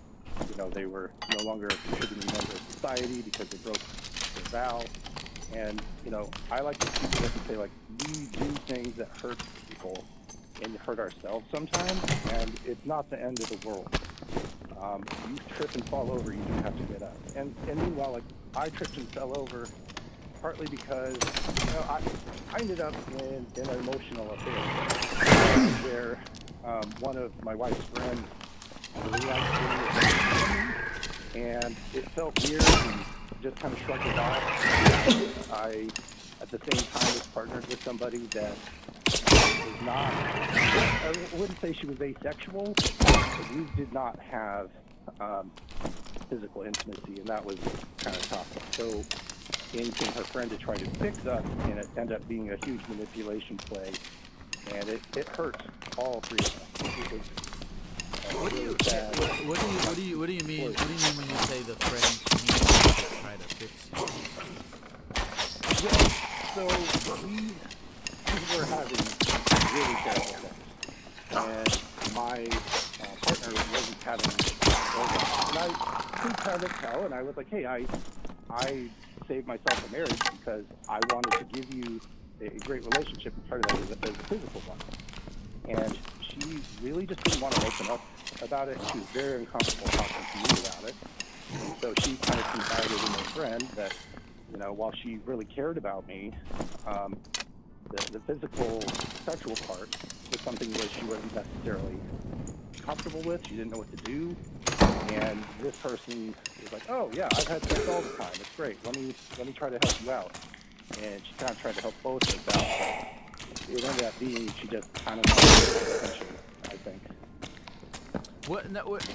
No, when she says "let me help you," when she says "let me help you out," what is that? Is she being like, "Let me fuck your husband to get"? Let me fuck you. Let's do it three. What is that? What does "let me help you out" mean? So it was really like, because she was older, it was more like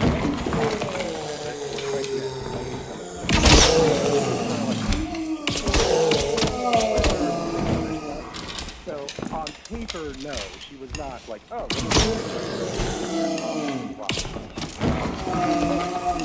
over time, she made these places where like, "Oh, how about you and I talk about it a little bit? Let's what I like. Oh, by the way, here's how I enjoy having sex. Or I'm going to start touching myself." And how it works. Like, what was happening was totally wrong, but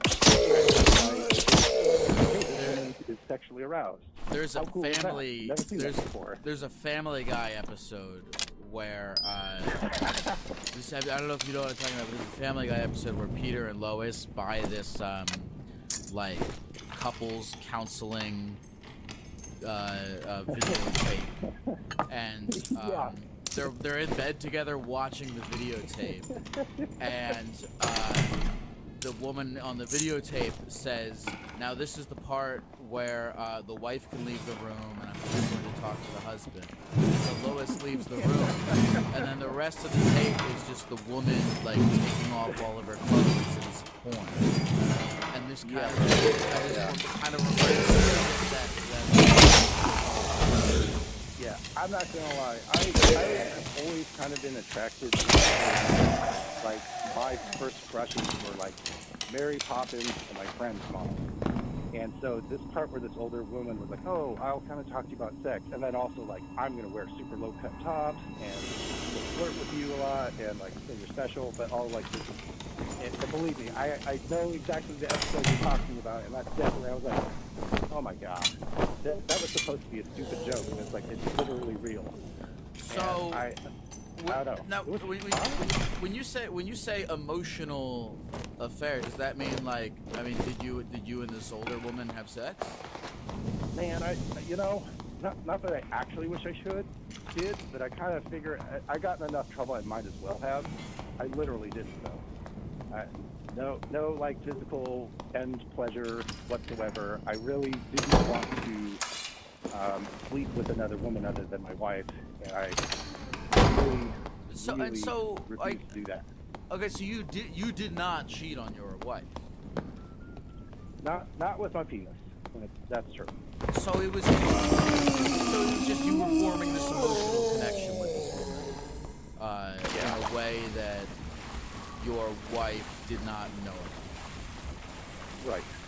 I mean, they kind of talked about it. Like, there was one point where I was watching TV and they were having a sex party in the other room, and they're like, "Hey, you should come join us." And I was like, "Oh no way am I going in there." And they both grabbed me and they were like wrestling with me, and I was like, "This is ridiculous," and I guess they're just trying to mess with me.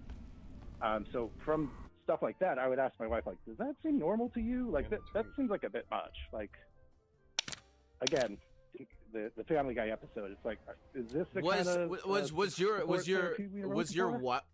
was your wife also into this woman? I don't know a lot about my ex's sexual interests, to be honest. Like, could she be somewhere on the spectrum of not just cisgen?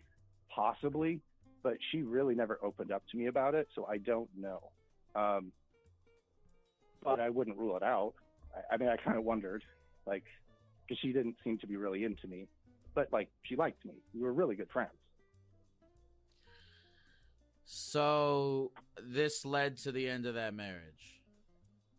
Yeah, it did not work out after that. The part where our friend started touching herself and having orgasms in front of me. I was like, okay, that's wrong. We've actually gone too far. And meanwhile, I was like, there's no way I can tell my wife about this. And I hid it from her for about 6 months. But it bothered me so bad that one day it like came out, and she was mortified and really upset. And I think her explanation is like not telling me where exactly what's happening. And meanwhile, it was very difficult to find any kind of trust. We didn't have a lot of tools. Frankly, we were both very good at How old are you guys? Much all falling apart. 9 years. I was probably like 29, 30. Okay. By the time it all blew up. And I would say that my relationship and marriage was pretty unhealthy. So I didn't do a lot of growing from 20 to 30. I was mentioned you mentioned at the beginning of this call that there was a lot of like screaming and fighting and stuff. Was that this marriage or was that the second one? You know, it was kind of more my second, but I would say that there was a lot of times where I just didn't know how to emotionally regulate. That was not something that I learned how to do until I was like 35. I think that places how many books are out there that have like really basic information on different breathing, you know, that can help a ton with that kind of. You didn't feel like you were emotionally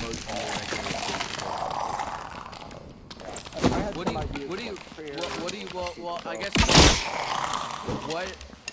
how do you define emotionally regulated? Well, a lot of it for me is being able to understand when I'm not happy. If something displeases me, I mean, at first it's just going to annoy me. Eventually, if I need it to, it's going to drive you crazy. I mean, I have a daughter, and as an example, like a kid starts playing on a recorder, and the first 2 times you hear a tweet, you know, you're like, okay, I guess she needs to learn this thing for practice. By the time she's walking up to you, she's blowing the thing in your ear, and you're like, bro, you gotta stop. And you start yelling. It's like, well, I probably should have said something a minute ago. Like the first 3 tweets where it was just too loud, we should have had a conversation. And being able to look into yourself and say, you know, I really don't like this. This is not okay. This, you know, compromises my values, or, you know, I feel disrespected. You can say that right up front. And I was a very non-confrontational person. And my dad was the only person who taught me how to confront people, and it was by screaming. So I either don't say anything about it, or I lose my shit.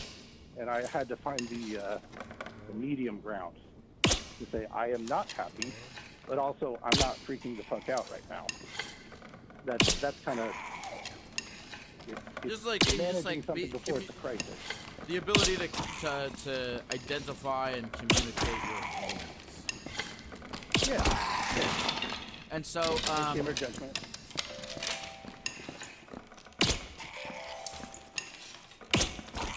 When did you have your kid? I had my kid, and that was the second marriage, actually. So I would have been about 30. I'm bad at math. She's 9 years old. 9 years ago, I had her baby. Okay. Is it just the one? Does she have a brother or sister? Her mom has a son and daughter, so she has a brother and sister. But she's the only child that I have. How is being a father? Oh, dude. You know, I never wanted to procreate. It never occurred to me that I should have more people walking around. But my partner really wanted one. It was very important, and I thought, hey, why not? And meanwhile, I wouldn't say it changes you in terms of some parents actually most of it's pretty common sense, and it doesn't like give you like special ability to do like parenting calculus that other civilians don't know. But it is the coolest shit ever, and I'm super proud that my daughter is basically raised. She has so many of these local expressions and sharing, and she's very emotionally in tune with people. I can tell when I'm getting extra frustrated that she notices, and she'll just like come up and pat me on the shoulder. Manage emotions and other people's emotions at 9, you know, that I didn't figure out till I was like 35.